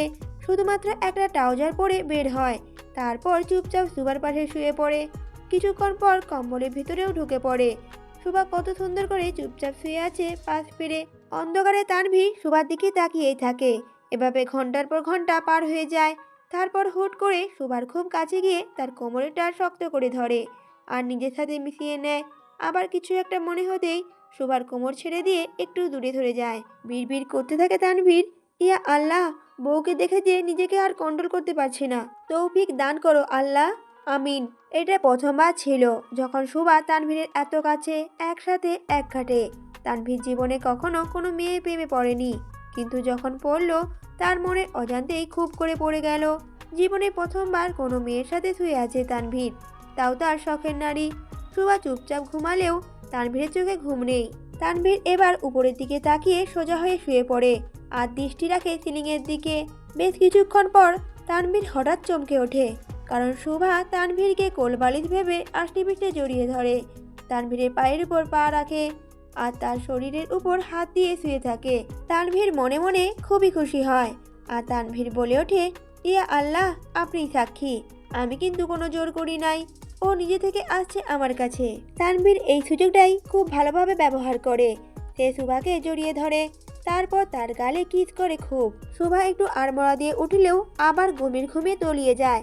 রাত ভারী হওয়ায় ঘুমও অনেকটাই ভারী ছিল, কিন্তু তানভীর যে থেমে নেই। সে একটু পর পর শুভার গালে গলায় কিস করতে থাকে অনবরত। আর তানভীর বলে ওঠে, খুব ভালোবাসি শুভা। কথাটা বলেই তানভীর আরো শক্ত করে জড়িয়ে ধরে শুভাকে। একটা মানুষ আরেকটা মানুষকে ঠিক কতটা ভালোবাসলে তার বিয়ে হয়ে যাওয়ার কথা শুনেও তার পিছু ছাড়ে না। ঠিক কতটা ভালোবাসলে বিয়ের দিনই ডিভোর্স করিয়ে নিয়ে আবার বিয়ে করতে চায়। তানভীর সরকার যে একজন প্রকৃত প্রেমিক পুরুষ, সেটা বোঝার তৌফিক দান করুক আল্লাহ। আপন মনেই তানভীর কথাগুলো বলতে থাকে শুভার উদ্দেশ্যে। আজকে তানভীর সরকার আর খুনি তানভীর সরকার না। আজকে তানভীর একজন স্বামী। শুভাকে পাওয়ার জন্য যেমন 100টা খুনও করতে পারে, আবার শুভাকে না পেলে তাকে পরপারেও পাঠাতে পারে, এমন এক দেওয়ানা। 17 বছর বয়সে চাপাতি হাতে নেওয়া তানভীর একরকম ছিল, আর আজকে তানভীর একরকম। একদম আকাশ পাতাল পার্থক্য। এই 11 বছর ধরে তানভীর যে কতজনকে খুন করেছে সে নিজেও জানে না, কিন্তু আজ একটা মেয়ের জন্য সে নিজেও খুন হতে প্রস্তুত। সেটা তানভীর প্রথমেই বুঝতে পেরেছিল যখন শুভাকে প্রথম দিনই দেখতে পেয়েছিল। এভাবে কথাগুলো ভাবতে ভাবতে তানভীর অনেকক্ষণ জেগেছিল, আর পরে আস্তে আস্তে শুয়ে পড়ে, তলিয়ে যায় গভীর ঘুমে। আজকে তানভীরের মতো সুখী মানুষ আর দুটো নেই। তার পছন্দের মানুষ তার পাশে, যাকে কাছে পাওয়ার জন্য দিনের পর দিন রাতে নির্ঘুম কেটেছে, আজ সে তার পাশে। সকালবেলা রাতে অনেকটা দেরি করে ঘুমানোর ফলে তানভীর শুভা দুজনেই একজনও তাড়াতাড়ি ঘুম থেকে উঠতে পারে না। মরার মতো ঘুমায় দুজনেই। সচরাচর শুভা একটু সকাল করেই ঘুম থেকে উঠত, কিন্তু এই 3 দিন এত কিছু হওয়ার পর আজকে শরীরটা যেন তার ছেড়েই দিয়েছিল। অপরদিকে তানভীর তার শখের নারীকে কাছে পেয়ে সমস্ত চিন্তা এক সাইডে রেখে ঘুমাচ্ছে নিশ্চিন্তে।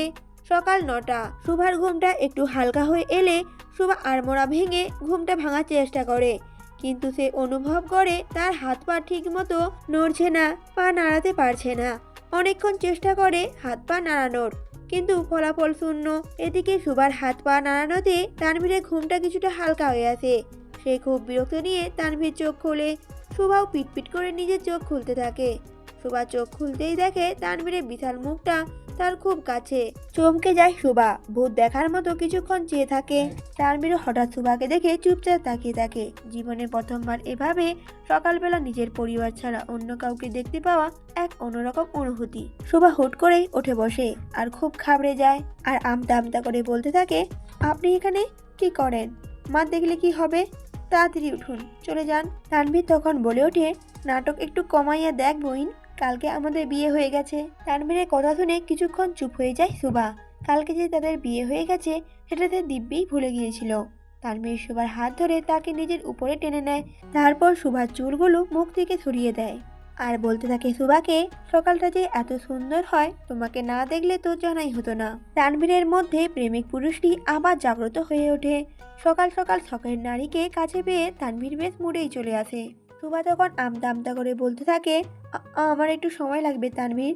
তানভীর বলে ওঠে, কয় মিনিট? শুভা বলে ওঠে, কয়েকদিন। তানভীর তখন বলে ওঠে, কাম ছাড়ছে রে। তানভীরের রোমান্টিক মুডের 12টা বাজিয়ে দেয় শুভা, কিন্তু তানভীরও জোর করে না, কারণ তানভীর সরকার জোর করে না, সব অটোমেটিক হয়ে যায় নিজের ইচ্ছেতে। তানভীর তখন বলে ওঠে, ঠিক আছে, তা একটা চুমা তো দিতে পারবি? শুভার প্রতি উত্তরে বলে ওঠে, না। তানভীর তখন বলে ওঠে, শয়তান ঝেমরি। কথাটা বলেই তানভীর শুভার কোমরটা ছেড়ে দিয়ে উঠে দাঁড়ায়, আর তানভীর উঠে দাঁড়াতেই শুভাও হাঁ করে তাকিয়ে থাকে তানভীরের দিকে। এমন শার্টলেস, শুধু ট্রাউজার পরা অবস্থায় তানভীরকেও কল্পনা করেনি শুভা। শুভার হাঁ করে তাকানো দেখে তানভীর বলে ওঠে, নিজের স্বামীকে কেউ এভাবে চোখ দিয়ে সিডিউস করে? তানভীরের কথা কানে আসাতে সাথে সাথে শুভা অন্যদিকে মুখ ঘুরিয়ে নেয়, আর তানভীরও ওয়াশরুমে চলে যায় ফ্রেশ হতে। আর শুভা উঠে রুম গোছাতে থাকে।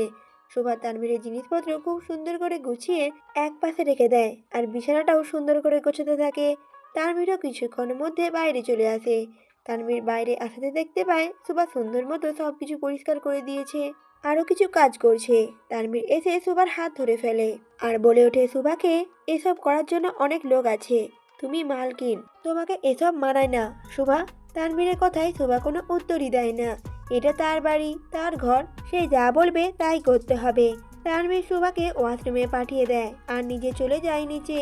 আর তানভীর সিঁড়িতে নামতে নামতে তার আব্বাজানকে বলে ওঠে, শুভ সকাল আব্বাজান। তামিম সরকার তখন বলে ওঠে, শুভ সকাল বাবাজান, বৌমা কোথায়? তানভীর তখন বলে ওঠে, ফ্রেশ হচ্ছে। তানভীর তার বাবার টেবিলের সামনে বসে পড়ে নাস্তা করার জন্য। এমন কোনোদিনও আসেনি যখন তামিম সরকার নিজের ছেলেকে ছাড়া খেয়েছে কখনো। এদিকে আয়েশা সরকারও চলে আসে আর তানভীরকে বলে ওঠে, বাবা যান, শোভা কি উঠেছে? তানভীর প্রতি উত্তরে বলে ওঠে, জি আম্মা। আয়েশা সরকার আবার বলে ওঠেন, আচ্ছা আমি ওর জন্য নাস্তা রুমে পাঠাই? তানভীর তখন অবাক হয়ে বলে ওঠে, কেন আম্মা? আয়েশা সরকার বলে ওঠেন, নতুন বউ, একটু প্রাইভেসি দরকার ওর। কথাটা বলে আয়েশা বেগম সুন্দর মতো উঠে নাস্তা নিয়ে উপরে চলে যায়। আর চলে যেতে যেতে আয়েশা সরকার বলে ওঠে, তানভীর আজকে কিন্তু বাসায় থাকিস আম্মা। প্রতি উত্তরে তানভীর বলে ওঠে, কোনো দরকার আম্মা? আয়েশা সরকার তখন বলে ওঠে, তোর বউকে দেখতে আত্মীয় স্বজনরা আসবে। তানভীর তখন বলে ওঠে, আমি তো এখনো দেখলাম না। কথাটা শুনেই আয়েশা সরকার থেমে যায় আর চমকে বলে ওঠে, কি? তানভীর তখন বলে ওঠে, জি জি জি আচ্ছা থাকবো। আয়েশা সরকার আর কিছু মনে না করে চলে যায় উপরে নাস্তা দিতে শোভাকে। লক খুলে দেখতে পায় শোভা চুপচাপ খাটের উপর এক পাশে বসে আছে। শোভাকে চুপচাপ বসে থাকতে দেখে আয়েশা বেগম বলে উঠলেন, ঘুম ভাঙলো আম্মা যান? হঠাৎ মেয়েলি কণ্ঠস্বর ভেসে আসতেই একটু চমকে যায় শোভা। তারপর তানভীরের মাকে দেখে উঠে দাঁড়ায় আর বলে ওঠে, আলাইকুম আসসালাম আন্টি। আয়েশা বেগম বলে ওঠে, আন্টি আবার কে? শোভা হতভম্বের মতো দাঁড়িয়ে থাকে, কি বলবে কিছুই ভেবে পায় না। শোভার অবস্থা দেখে আয়েশা সরকার একটু হেসে ফেলে আর বলে ওঠে, তানভীরের আম্মা মানে তোমারও আম্মা। কথাটা বলে আয়েশা বেগম নাস্তা রেখে শোভাকে শোভাতে বসায় আর তার সামনে খাবার পরিবেশন করে। শোভা তখন চিন্তিত সুরে বলে ওঠে, আমার ভাই? আয়েশা বেগম বলে ওঠে, আল্লাহর রহমতে অনেকটা সুস্থ এখন। সকালে আমি তাকে ফ্রেশ করে খাইয়ে দিয়েছি নিজের হাতে। কথাটা শুনে শোভা এক দৃষ্টিতে তাকিয়ে থাকে তানভীরের মায়ের দিকে। আজকে তার নিজের মা থাকলে হয়তো এমনই করতো বা তার থেকেও বেশি। শোভার চিন্তার মাঝেই আয়েশা বেগম বলে ওঠে, দেখি হাঁ করো। শোভা একটু অবাক দৃষ্টিতে তাকায় আর বলে ওঠে, আমি? মানে? আয়েশা বেগম বলে ওঠে, আরে ঝেমরি হাঁ কর। শোভা আর কিছু না বলে চুপচাপ হাঁ করে খেতে থাকে খাবার আর বুঝতে পারে তানভীরের এত শুদ্ধ ভাষা ব্যবহার করার পেছনে কারণটা তাহলে তার মা। তানভীর একদম তার মায়ের মতো শুদ্ধ ঢাকাইয়া, কিন্তু একজন প্রধানমন্ত্রী স্ত্রী এমন কিভাবে হয় এটা বুঝতে পারে না শোভা। এত মিশুক, এতটা সিম্পল, এক কথায় মাটির মানুষ যাকে বলে। শোভা নানান চিন্তার মাঝে আয়েশা বেগম বলে ওঠে, বউ শাশুড়ির যুদ্ধ নতুন কিছু না, এটা প্রাচীনকাল থেকে চলে আসছে। আমি কিন্তু তেমন শাশুড়ি না, কিন্তু আমার পোলারে কষ্ট দিলে আমি কিন্তু ঋণাকান হয়ে যাব। তানভীরের মায়ের কথা শুনে শোভা খুব হাসতে থাকে। আয়েশা বেগম বলে ওঠেন, এই তো সবসময় এভাবেই হাসবি কেমন? আর আমি কিন্তু তোর মা, একদম পর ভাববি না আমাকে। শোভা মাথা নাড়িয়ে হ্যাঁ বলে। আয়েশা বেগম শোভাকে খাইয়ে দিয়ে তাকে একটা শাড়ি আর কিছু গয়না দিয়ে সুন্দর করে রেডি হতে বলে যায়। তানভীর সরকারের বউ বলে কথা, একটু ঠাটবার না হলে চলে না, কিন্তু বিপত্তি বাঁধে শাড়ি পরা নিয়ে।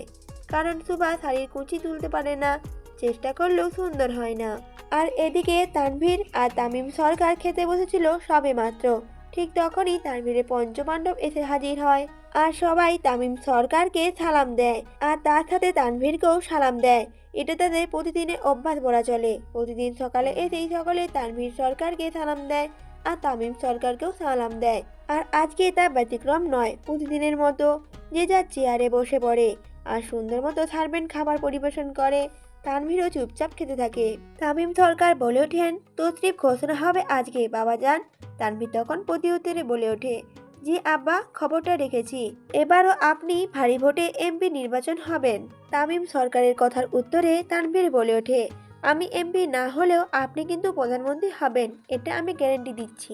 তানভীরের কথা শুনে তামিম সরকার এক দৃষ্টিতে তাকিয়ে থাকে তানভীরের দিকে আর বলে ওঠে, তামিম সরকার, এখন আপনি আমার ছেলে পরে, একজন স্বামী আগে। যদি স্বামী হতে ব্যর্থ হন তাহলে আমি বাবা হতে ব্যর্থ হব। বাবা যান, আপনার আম্মার জন্য আমি পুরো পৃথিবীর বিরুদ্ধে যেতে পারি। কুখ্যাত এমপি পুত্র থেকে শান্ত মন্ত্রী হয়েছি, পুরোটাই আপনার মায়ের জন্য। আশা করি আপনি বুঝতে পারছেন আমি কি বোঝাতে যাচ্ছি আপনাকে। তানভীর তখন বলে ওঠে, আব্বাজান, আমি আপনার জন্য পুরো পৃথিবীর বিরুদ্ধেও যেতে পারি, নিজের ভালোবাসারও। আমি এমপি তানভীর সরকার পরে, আগে প্রধানমন্ত্রী তামিম সরকারের ছেলে আগে। কথাটা বলেই তানভীর খাওয়া ছেড়ে উঠে বের হয়ে যায়, আর তার সাথে সাথে তার পঞ্চপাণ্ডবও যায়। তানভীরের কথা শুনে তামিম সরকারের বুকের হাহাকার আরও বেড়ে যায়। তাহলে কি তার অতীতের পাপী ছেলে রূপে ফিরে এসেছে তার কাছে? তামিম সরকার নিজের ছেলে বলতে অজ্ঞান। সারা দুনিয়া একদিকে, তানভীর আরেকদিকে। তামিম সরকারের সারা জীবনের আফসোস সেই 11 বছর আগের বোকামির জন্য। না সেদিন এত বড় বোকামি করতো তামিম সরকার, আর তার না নিষ্পাপ ছেলে আজকে একজন পেশাদার খুনিতে পরিণত হতো সেই 11 বছর আগে, যেদিন তানভীর সরকারের বোকামির জন্য নিজের ছেলেকে খুনি হতে দেখে। একদিনে 23 জন নেতাকে পরপারে পাঠায় তানভীর। অবশ্য এটা নিয়ে কম জলঘোলা হয়নি, কিন্তু পুরোটা এমনভাবে সাজানো হয় যে সেটার জন্য তানভীর সে যাত্রায় জেলে যাওয়া থেকে বেঁচে যায়। সরকারের আফসোস হচ্ছে তার ছোট ছেলে তাসফিরের জন্য। তামিম সরকারের দুটো ছেলে ছিলেন, এক তানভীর, আরেক ছিলেন তাসফির। কিন্তু তামিম সরকার একটা ছেলেকে হারিয়ে ফেলেছেন, ছোট ছেলেকে। তাই তানভীরকে হারাতে ভীষণ ভয় পায়। তাই তানভীরের সমস্ত পাপের হিসাব গোপন রাখে, দুর্ঘটনা বলে চালিয়ে দেয়। তানভীর আজ অবধি যতগুলো অন্যায় করেছে সব কিছু প্রমাণ তানভীর সরকার মুছে দিয়েছে। প্রতিবার সোনার বালতি করে দুধ দিয়ে গোসল করিয়ে ছেলেকে শুদ্ধ করেছে। এভাবে কিছুদিন আগে তানভীর রক্তাক্ত শরীর নিয়ে ফিরে আসে আর বলে ওঠে তামিম সরকারকে সে একটি মেয়েকে ভালোবাসে। সেদিন একটু স্বস্তির নিঃশ্বাস ফেলে তামিম সরকার। যাক, এই যাত্রায় হয়তো তানভীর মানুষ হবে, কিন্তু না, তা হয়নি। তামিম সরকারের থেকে সে কাউকেই বেশি ভালোবাসে না, এই আফসোসটাই হয় তামিম সরকারের। তানভীর তার জিপ নিয়ে সোজা বেরিয়ে পড়ে পার্টি অফিসে। তানভীরের মুখের দিকে তার লোকরা হাঁ করে তাকিয়েই থাকে। তার দিকে এভাবে তাকিয়ে থাকার জন্য তানভীর বলে ওঠে, আমার কি রূপ গজাইছি নতুন করে? এভাবে তাকিয়ে আছিস কেন সবাই তোরা? মাহির তখন আমতা আমতা করে বলতে থাকে, ভাই, আপনার গলায় কোনো দাগ নেই কেন? কথাটা শোনা মাত্রই তানভীর খুব জোরে গাড়ির ব্রেক করে আর পঞ্চপাণ্ডবের দিকে তাকায়। এমনিতেই তার বউ পাত্তা দেয় না, তার উপরে তারা দিতে আসছে কাটা গায়ে নুনের ছিটা। তানভীর তাদের দিকে কটমট করে তাকালে তারা বুঝে যায় যে তানভীর খেপে গিয়েছে। তাই তারা সবাই চুপ হয়ে যায় আর অন্যদিকে তাকায়। সময় এখন বিকেল 4টা। তানভীর এখনো বাড়ি ফিরেনি। সুভাকে রেডি করে নিচে আনা হয়েছে। এক এক করে সকল মহিলা মণ্ডলী সুভাকে দেখে অনেক উপহারও দিয়েছে। চুপচাপ বসে থাকে সুভা। তখনই তানভীরের ফুপি এসে বলে, কই দেখি তানভীরের বউ দেখি। সকলের মাঝে উঁচু গলা করে ভিড়ের মধ্যে দিয়ে বেরিয়ে আসে আহিলা বেগম। চোখে মুখে তার মোটামুটি ভালোই রাগ, কারণ নিজের মেয়েকে দিয়ে তানভীরকে বিয়ে দিতে চেয়েছিল, সেটা তো আর হলো না। তখন আয়েশা বেগম বলে ওঠে, এই যে আমার পুত্রের বউ, এই দিকে। তানভীরের ফুপি বেশ ভাবসাব নিয়ে ভেতরে প্রবেশ করে। সেখানে আরও বিভিন্ন মন্ত্রী ও বড় বড় নেতাদের স্ত্রীরা রয়েছে। এখানে পরপুরুষ আসা বারণ। তানভীরের একদম অপছন্দ যে বাইরের পরপুরুষ তার বউকে দেখুক, সে সরাসরি বারণ করে দিয়েছে। তাই তারা এসেছে তামিম সরকারের বৌমাকে দেখতে। ফুপি সামনে এসে বলে ওঠে আয়েশা বেগমকে, তা কোন জাতের মেয়ে এনেছিস রে আয়েশা? বড় পরিবার তো। তানভীর তখন বলে ওঠে, সে তানভীর সরকারের বউ, এটাই তার সবচেয়ে বড় পরিচয়। ভিড়ের মধ্যে দিয়ে তানভীর ও তার পঞ্চপাণ্ডব আসতে থাকে আর তানভীর একথা বলে ওঠে। সুভা তখনও মাঝে বসা তাদের মধ্যে। তানভীর আসতেই সকলে একটু ভয়ই পায়। তানভীর সরকার কেমন এটা কারোরই অজানা নয়। তানভীর ভিতরে আসতেই লাল রঙের শাড়ি ও স্বর্ণের গয়না পরা দেখতে পায় সুভাকে। আকাশ থেকে নেমে আসা পরীর চেয়েও কম লাগছে না সুভাকে। এই নিয়ে 2বার সুভাকে শাড়ি পরা অবস্থায় দেখেছে তানভীর। প্রথমবার ছিল খুব রাগে, তেমন একটা নজর দেয়নি, কিন্তু এইবার একদম চোখ খুলে তাকিয়ে থাকে সুভার দিকে। লাল জামদানি, হালকা গয়না আর হালকা সাজ, এই অল্প সাজেই সুভাকে অতুলনীয় সুন্দর লাগছিল। অন্যদিকে ধ্যান দিয়ে বসেছিল সুভা। তখনই তানভীর জোরে বলে ওঠে, আমাকে কেউ ধর রে। কথাটা বলেই তানভীর শরীর ছেড়ে দিয়ে পেছনে পড়ে যেতে থাকে, আর সাথে সাথে তার পঞ্চপাণ্ডব তাকে ধরে ফেলে। সকলে মোটামুটি আটকে ওঠে। হঠাৎ তানভীর মাথা ঘুরে পড়ে গেল কেন? তখন আয়েশা সরকার চিন্তিত স্বরে বলে ওঠে, আব্বা, কি হয়েছে তোর? ঠিক আছো? তখন তানভীর বলে ওঠে, হার্ট অ্যাটাক আম্মা। আয়েশা সরকার বলে ওঠে, তানভীর তখন বলে ওঠে, হঠাৎ মাথা চক্কর দিয়ে উঠেছে আম্মা, আর কিছুই নয়। তানভীরের এমন কাণ্ড কারখানার পিছনে যে রহস্যটা তাড়াতাড়ি ধরতে পারে আইথা বেগম, তাই মুচকি হেসে আইথা বেগম বলে ওঠে, একদমই বাপের মতো হয়েছে। সুবাও বাঁকা চোখে তাকিয়ে থাকে তানভীরের দিকে। তানভীর যে হঠাৎ এমন করে বসবে সেটা যেন অবিশ্বাস্য। সুভাও বুঝতে পারে তানভীরের হঠাৎ মাথা ঘুরে পড়ে যাওয়ার বিষয়টি। বিড়বিড় করে শুভা বলতে থাকে, আমাকে নাটক কমাতে বলে, আর অন্যদিকে দেখো নিজেই বড় নাটকবাজ। তানভীর এবার ভদ্র ছেলের মতো চুপচাপ হেঁটে গিয়ে শুভার পাশে বসে। এত মহিলাদের মধ্যে তানভীরের চোখ শুধু শুভার দিকেই পড়ে আছে। তানভীর বেসরমের মতো একদম শুভার গা ঘেঁষে বসে। তানভীর গা ঘেঁষে বসতেই শুভা একটু নড়ে চড়ে ওঠে আর হালকা সরে বসে। শুভা সরতেই তানভীর আবারও শুভার শরীর ঘেঁষে বসে আর শুভার হাত ধরে। সাকিব তখন বলে ওঠে, আজ অবধি কোনো মাইয়াই আমার হাত ধরল না রে। মানিক তখন বলে ওঠে, তোর হাত ধরার লগে লগে তো মাইয়ার হাতে বোম বাস্ট হইব, তা ধরবো কেন? তানভীর শুভার এমন মুহূর্ত দেখে সাকিব খুবই আফসোস করে, কিন্তু তার আফসোসের উপরে এক বালতি পানি ঢেলে দেয় কালামানিক। তাদের পঞ্চপাণ্ডবের একটাই নীতি, কেউ কাউকে ছাড়া প্রেম করতে পারবে না। যেহেতু সবাই সিঙ্গেল, তাই যদি কেউ প্রেমে পড়ে সেটা হবে সবচেয়ে বড় অন্যায়। এদিকে ছন্দা খুবই জ্বলতে থাকে তানভীর আর সুবাকে এতটা ঘনিষ্ঠ দেখে। সে হতে চেয়েছিল তানভীরের বউ, আশিনগরের বউরানী, কিন্তু মাঝখান থেকে সুবা উড়ে এসে জুড়ে বসলো। তাই ছন্দা একদমই সহ্য করতে পারে না সুবাকে। এদিকে তানভীরকে দেখেও ভয় পেত, কিন্তু তানভীরের পাওয়ার তার খুব ভালো লাগতো। সবাই তানভীরকে ভয় পাওয়া, কোথাও যাওয়ার আগেই কাজ হয়ে যাওয়া। ছোটবেলা থেকেই ছন্দাকে তানভীরের এই পার্সোনালিটি খুবই আকর্ষণ করে, কিন্তু আজকে তানভীরের সুবার এতটা কাছে ফ্রি হতে দেখে তার সমস্ত স্বপ্ন শেষ হয়ে যায়। তানভীর হঠাৎ বলে ওঠে, আম্মা আমি একটু আসতেছি। আইথা বেগম বলে ওঠে, আরে এই তো এলি তুই। তানভীর তখন বলে ওঠে, জরুরি কাজ আছে আম্মা, এক্ষুনি চলে আসবো। কথাটা বলেই তানভীর উঠে হনহনিয়ে কোথায় যেন বেরিয়ে যায়। তানভীরের সাথে সাথে তার পঞ্চপাণ্ডবও চলে যায়। তানভীরের মাথায় যে কখন কি আসে সেটা তানভীরই বলতে পারবে। এদিকে সুভাকেও উঠে যেতে বলে আইথা বেগম। অনেকক্ষণ ধরে নিচে বসে আছে, নিশ্চয়ই অনেকটাই ক্লান্ত সুভা। আইসা বেগম সুভাকে ফ্রেশ হতে বলে বিশ্রাম নিতে বলে। সুভাও বাধ্য মেয়ের মতো উপরে এসে তার ভাইয়ের রুমে চলে যায়। এই নিয়ে সকাল থেকে 3বার এসেছে সুভা তার ভাইয়ের কাছে। পৃথিবীতে এখন আপন বলতে সুভার শুধু একটা ভাই আছে, নিজের বাবা থেকেও নেই। সুভার কাছে এত বড় ধাক্কা সামাল দেওয়া খুবই কষ্টকর। সুভা এসে তার ভাইয়ের সামনে বসে আর তার মাথায় হাত রাখে আর ডাক্তারকে বলে ওঠে, ডাক্তার আমার ভাই এখন কেমন আছে? প্রতি উত্তরে ডাক্তার বলে ওঠে, মোটামুটি ভালোই, আপনার ভাই অনেকটাই স্ট্রং, তাই তাড়াতাড়ি রিকভার করছে। ডাক্তারের কথা শুনে সুভা তার ভাইয়ের মাথায় হাত বুলিয়ে দেয় আর মাথায় চুমু খায় আর বলে ওঠে, এখন তো লোকাল গার্জিয়ান ও স্ট্রং তো হতেই হবে আমার ভাইকে। কথাটা বলে সুভা উঠে চলে যায় তানভীরের রুমে। এখন তার একটু একা থাকা উচিত। এত কম বয়সে এত বড় ধাক্কা সামলানো চারটিখানি কথা নয়। বাহ, বেশ ভালোই তো দেখতে তুমি। মাঝপথে হঠাৎ মেহেলি কণ্ঠ কানে আসতে থমকে যায় সুভা, পিছনে ফিরে তাকায়। ছন্দা বলে ওঠে, মানতেই হবে তুমি খুব রূপবতী। সুভা বলে ওঠে, ধন্যবাদ। ছন্দা তখন বলে ওঠে, তা এই রূপ দিয়েই কি তানভীর ভাইকে পটিয়েছ? কথাটা শুনেই সুভা একটু থমকে যায়। ছন্দা তখন বলে ওঠে আবার, অবশ্য তোমাদের মতো ছোট পরিবারের মেয়েরা তো নিজের রূপটাই কাজে লাগায় বড় লোক ছেলেদের পটাতে, আর তুমি তো ডাইরেক্ট মন্ত্রী ছেলেকে পটালে। ছোট লোকের মেয়েরা মনে হয় এভাবেই বিয়ে করে। সুভা প্রতি উত্তরে বলে ওঠে, আপনি মনে হয় নিজের সাথে আমাকে গুলিয়ে ফেলছেন।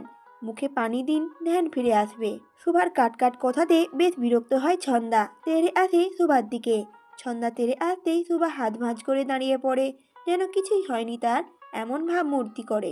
ছন্দা রেগে মেগে সুভার সামনে এসে বলে, তোমার সাহস তো কম না মেয়ে, আমাকে কথা শোনাচ্ছ?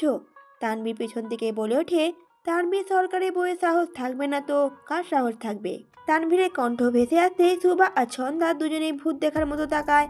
তানভীর চোখ মুখ শক্ত করে সামনে আসতে থাকে।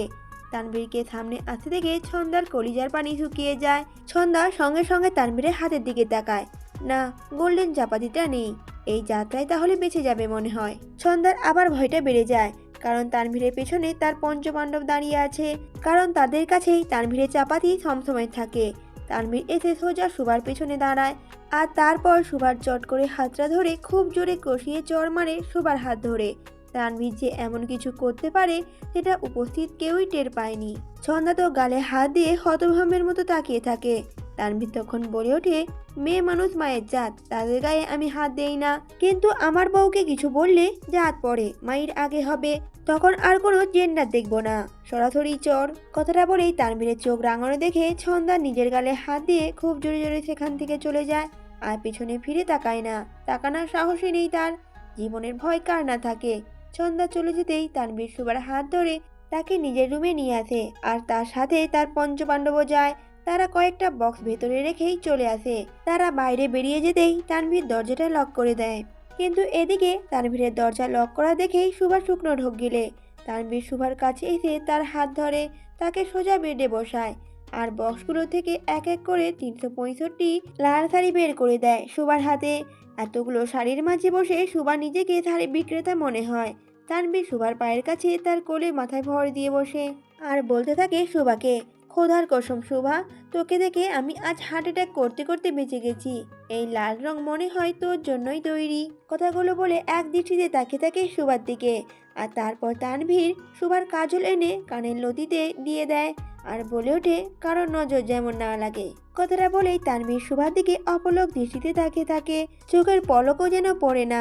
এক পর্যায়ে তানভীর সুভার হাতটা টেনে তাকে নিজের উপরে ফেলে দেয়। হঠাৎ এমন টানে তাল সামলাতে না পেরে সুভা তানভীরের গলা ধরে উপরে পড়ে যায়, আর তানভীর খুব শক্ত করে সুভার কোমর জাপটে ধরে।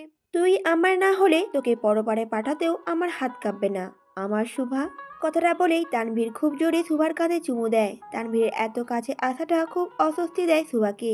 সে তানভীরের হাত থেকে ছাড়িয়ে উপরে উঠে বসে। তানভীর বলে ওঠে, আর কত সময় নিবি আমার হতে? সুভা বলে ওঠে, জানি না। তানভীর তখন আবার বলে ওঠে, জোর করি তাহলে তোকে? প্রতি উত্তরে সুভা বলে ওঠে, এছাড়া আপনি পারেনটাই বা কি আর? তানভীর আর কোনো কথাই বলে না, উঠে দাঁড়ায় আর বলে ওঠে, এখানে 365টা লাল শাড়ি আছে, আগামী 1টি বছর আমার সামনে লাল শাড়ি পরেই থাকবি তুই, না হলে শাড়ি পরার জন্য তোর শরীরই থাকবে না। কথাটা বলেই তানভীর উঠে চলে যায় দরজার কাছে, আর সুভাও চুপচাপ বসে থাকে। তানভীরের ভয়ঙ্কর রূপ নতুন কিছু না সুভার জন্য, বরং তানভীরের ঠান্ডা রূপই সুভার কাছে আতঙ্কের কারণ হয়ে দাঁড়ায়। ঠান্ডা মস্তিষ্কে তানভীর যে কতটা ভয়ঙ্কর সেটা সুভার থেকে আর কেউ ভালো জানে না। তানভীর থেকে যায় দরজার সামনে দাঁড়িয়ে, লক খুলেও বের হয় না, আবার সুভার দিকে ফিরে তাকায় আর সুভার উদ্দেশ্যে বলে ওঠে, আমাকে ভয়ঙ্কর হতে বাধ্য করিস না সুভা। দুদিন চুপচাপ আছি বলে এইটা ভাবিস না যে তোর বেইমানির কথা আমি ভুলে গেছি। কথায় আছে না, খাল কেটে কুমির আনা। তানভীর সরকার যে কেমন লোক সেটা দুদিনের ভালো ব্যবহারে প্রায় ভুলে গিয়েছিল সুভা। তানভীর নিজের কালো চশমা পরে বেরিয়ে যায় রুম থেকে, আর দরজা লক করে দিয়ে যায়। তানভীর যাওয়ার পরপরই খুব শব্দ করে কেঁদে ওঠে সুভা, আর কাঁদতে কাঁদতে বলে ওঠে, যাকে ভয় পাই তাকে ভালোবাসবো কিভাবে খোদা? এত ভয়ঙ্কর লোককে কিভাবে ভালোবাসবো? এদিকে তানভীর রেগে মেগে নিজের রুম থেকে বেরিয়ে চলে যায় জিপে। তানভীর বের হওয়ার সাথে সাথে তার পঞ্চপাণ্ডব এসে হাজির হয়। গাড়ি সোজা চলে পার্টি অফিসের উদ্দেশ্যে। পার্টি অফিসে যেয়ে তানভীর তার দলের লোকদের নিচে একত্রিত হতে বলে, আর তানভীর নির্দেশ দেওয়ার সাথে সাথে 20 থেকে 25 মিনিটের মধ্যে 1000-এর বেশি তার ছেলে পেলে নিচে একসঙ্গে হাজির হয়। আবার কিছু সংখ্যক ছেলেও তো ভিডিও কলেও জয়েন হয়। তানভীরের পঞ্চপাণ্ডবও বুঝতে পারে না হঠাৎ এত লোক কাঁড়ি করার কারণটা কি। সকলে আসার পর তানভীর একটা মাইক নিয়ে সকলের সামনে এসে হাজির হয়, আর সবার উদ্দেশ্যে বলে ওঠে, আজকের পর থেকে এই দেশে সকলের জন্য লাল রং নিষিদ্ধ। তানভীরের কথা শুনে তার পঞ্চপাণ্ডব যে যার মুখের দিকে তাকায়। হঠাৎ হলোটা কি? লাল রং কেন নিষিদ্ধ হবে সারা দেশে? এমপি অর্ডার দেওয়ার সাথে সাথে সব জায়গায় পোস্টার লাগানো শুরু হয়, পুরো দেশে লাল রং নিষিদ্ধ, এই রং শুধু আমার বইয়ের জন্য। তানভীরের নিজের বইয়ের জন্য পুরো দেশে লাল রং নিষিদ্ধ করার সাথে সাথে সকলে হাততালি দিয়ে মেতে ওঠে। আহা কি প্রেম! শখের নারীর জন্য পুরো দেশে লাল রঙে নিষিদ্ধ করে দিল এমপি তানভীর সরকার। এক পর্যায়ে তানভীর ভাষণ দেওয়ার শেষ হলে একটি উড়ন্ত কাটা হাত এসে তানভীরের সামনে এসে পড়ে। উপস্থিত সকলে একটু অবাক হয়ে যায়, কারণ তানভীর ছাড়া সচরাচর এসব কাটাকাটিতে কেউ তেমন এক্সপার্ট না। কিন্তু সুভার প্রেমে তো তানভীর এখন মোটামুটি ঠান্ডা মেজাজের মানুষে পরিণত হয়েছে। তাহলে কে করলো এটা?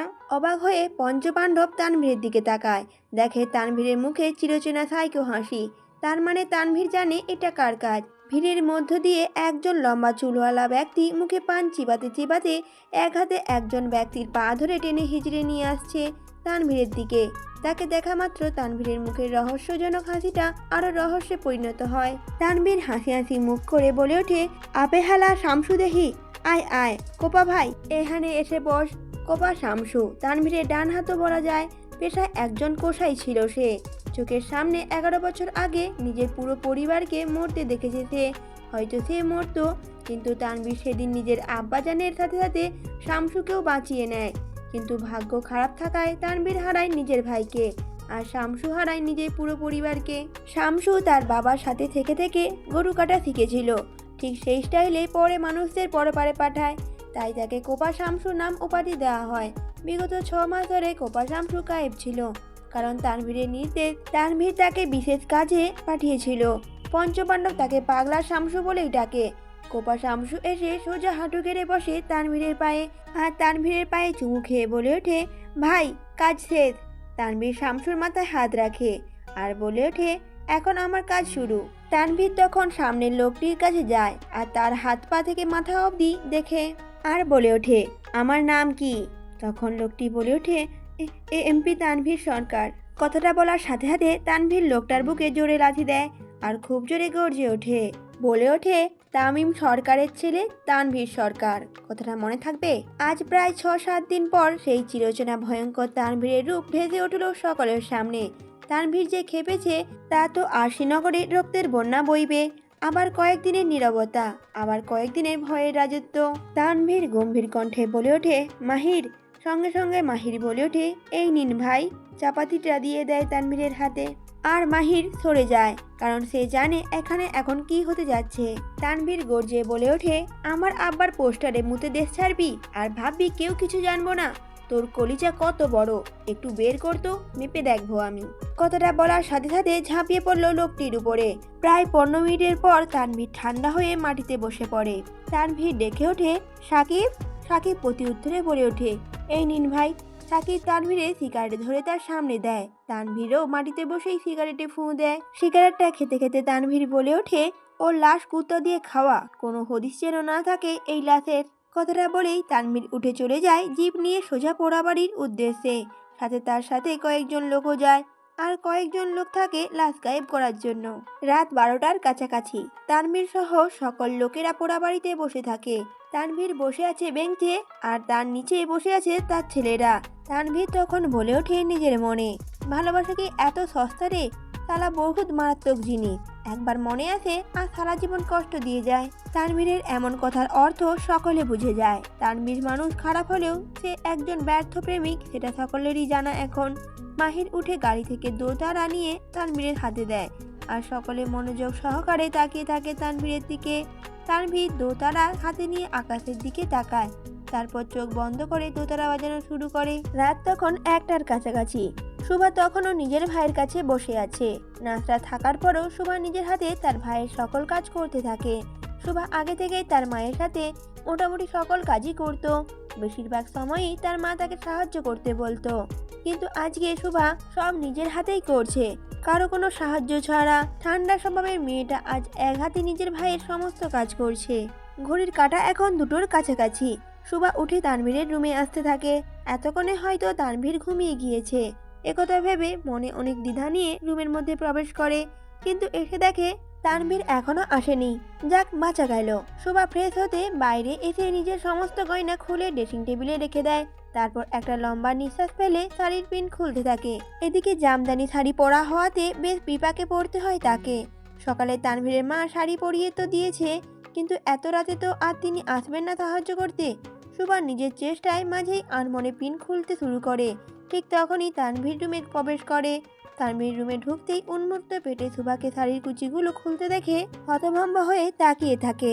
জীবনে প্রথমবার তানভীর কোনো নারীকে এইভাবে দেখলো, তাও তার শখের নারী, যাকে সে দুনিয়ার সকলের চোখ থেকে আলাদা করে রাখতে চায়।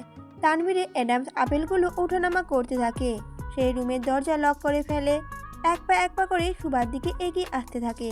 সুভা প্রায় শাড়িটা খুলতেই তানভীর পিছিয়ে এসে দাঁড়ায়। মদের তীব্র গন্ধ নাকে আসতেই শুকনো ঢোকেরে সুভা। সে বুঝে যায় তার পিছনে কে। তানভীর সুভার উন্মুক্ত পেটে খুব শক্ত করে চেপে ধরে, আর কাঁধে মাথা রেখে সুভার শরীরের ঘান নিতে থাকে। সুভা তানভীরের হাত সরিয়ে সামনে যেতে চায়, কিন্তু তানভীর তাকে আরো শক্ত করে চেপে ধরে। সুভা চুল সরিয়ে তার কাঁধে চুমু দেয়। ঘৃণার চোখ বন্ধ করে ফেলে শুভা। তানভীর এবার শুভাকে ঘুরিয়ে নিজের দিকে ফিরিয়ে নেয়, তারপর শক্ত করে এক হাতে শুভার কোমর চেপে আরেক হাতে তার গাল ধরে ঠোঁটে ঠোঁট বসিয়ে দেয়। শুভাও নিজেকে ছাড়ানোর অনেকটাই চেষ্টা করে, কিন্তু তানভীরের শক্তির কাছে বারবার হেরে যায় শুভা। ধাক্কাধাক্কি পর্যায়ে শুভা খুব জোরে তানভীরকে ধাক্কা দেয় আর দূরে সরিয়ে দেয়। তারপর তাড়াতাড়ি করে মুখ ধরে ওয়াশরুমে চলে যায়। তানভীরও শুভার পিছু পিছু ভিতরে চলে যায়। প্রচণ্ড বমি করতে থাকে শুভা। তানভীর এতে শুভার পিঠে হাত বুলাতে থাকে আর নাভি শক্ত করে চেপে ধরে। বমি হয়ে গেলে তানভীর বলে ওঠে, তুই রুমে যা, আমি পরিষ্কার করতেছি।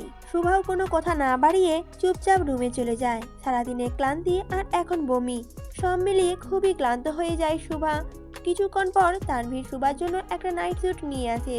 এসে চুপচাপ শুভার পাশে বসে আর শুভাকে বলে ওঠে, মদের গন্ধই যদি নিতে না পারোস তাহলে আমাকে সারা জীবন সামলাবে কিভাবে? শুভা ক্লান্ত শরীরে বলে ওঠে, আপনার সাথে সারা জীবন থাকবে কে? তানভীর তখন বলে ওঠে, কেন পালাবি? শুভা বলে ওঠে, ধরুন তাই। তানভীরও তখন বলে ওঠে, তোকে ভালোবাসি বলে বাঁচাইয়া রাখছি, যেদিন পালাবি সেদিনই নিজের হাতে তোকে দাফন করার সমস্ত ব্যবস্থা করব আমি। কথাটা শুনে শুভা চোখ বন্ধ করে ফেলে আর চোখের কোণা দিয়ে পানি পড়তে থাকে। তখন তানভীর বলে ওঠে, কান্নার এখনো কিছু করি নাই রাত পড়ি, তবে পরবর্তীতে যে কিছু করব না এমনও ভাবিস না। তোর বেইমানি কথা ভুলি নাই আমি এখনো। শুভা এবার জোরে কেঁদে কেঁদে বলে ওঠে, মেরে ফেলুন তাহলে আমাকে একেবারে। তানভীরও খুব শক্ত করে শুভার গলা টিপে ধরে আর তানভীর বলে ওঠে, মরার খুব শখ না তোর? আমার হাতেই তুই মরবি।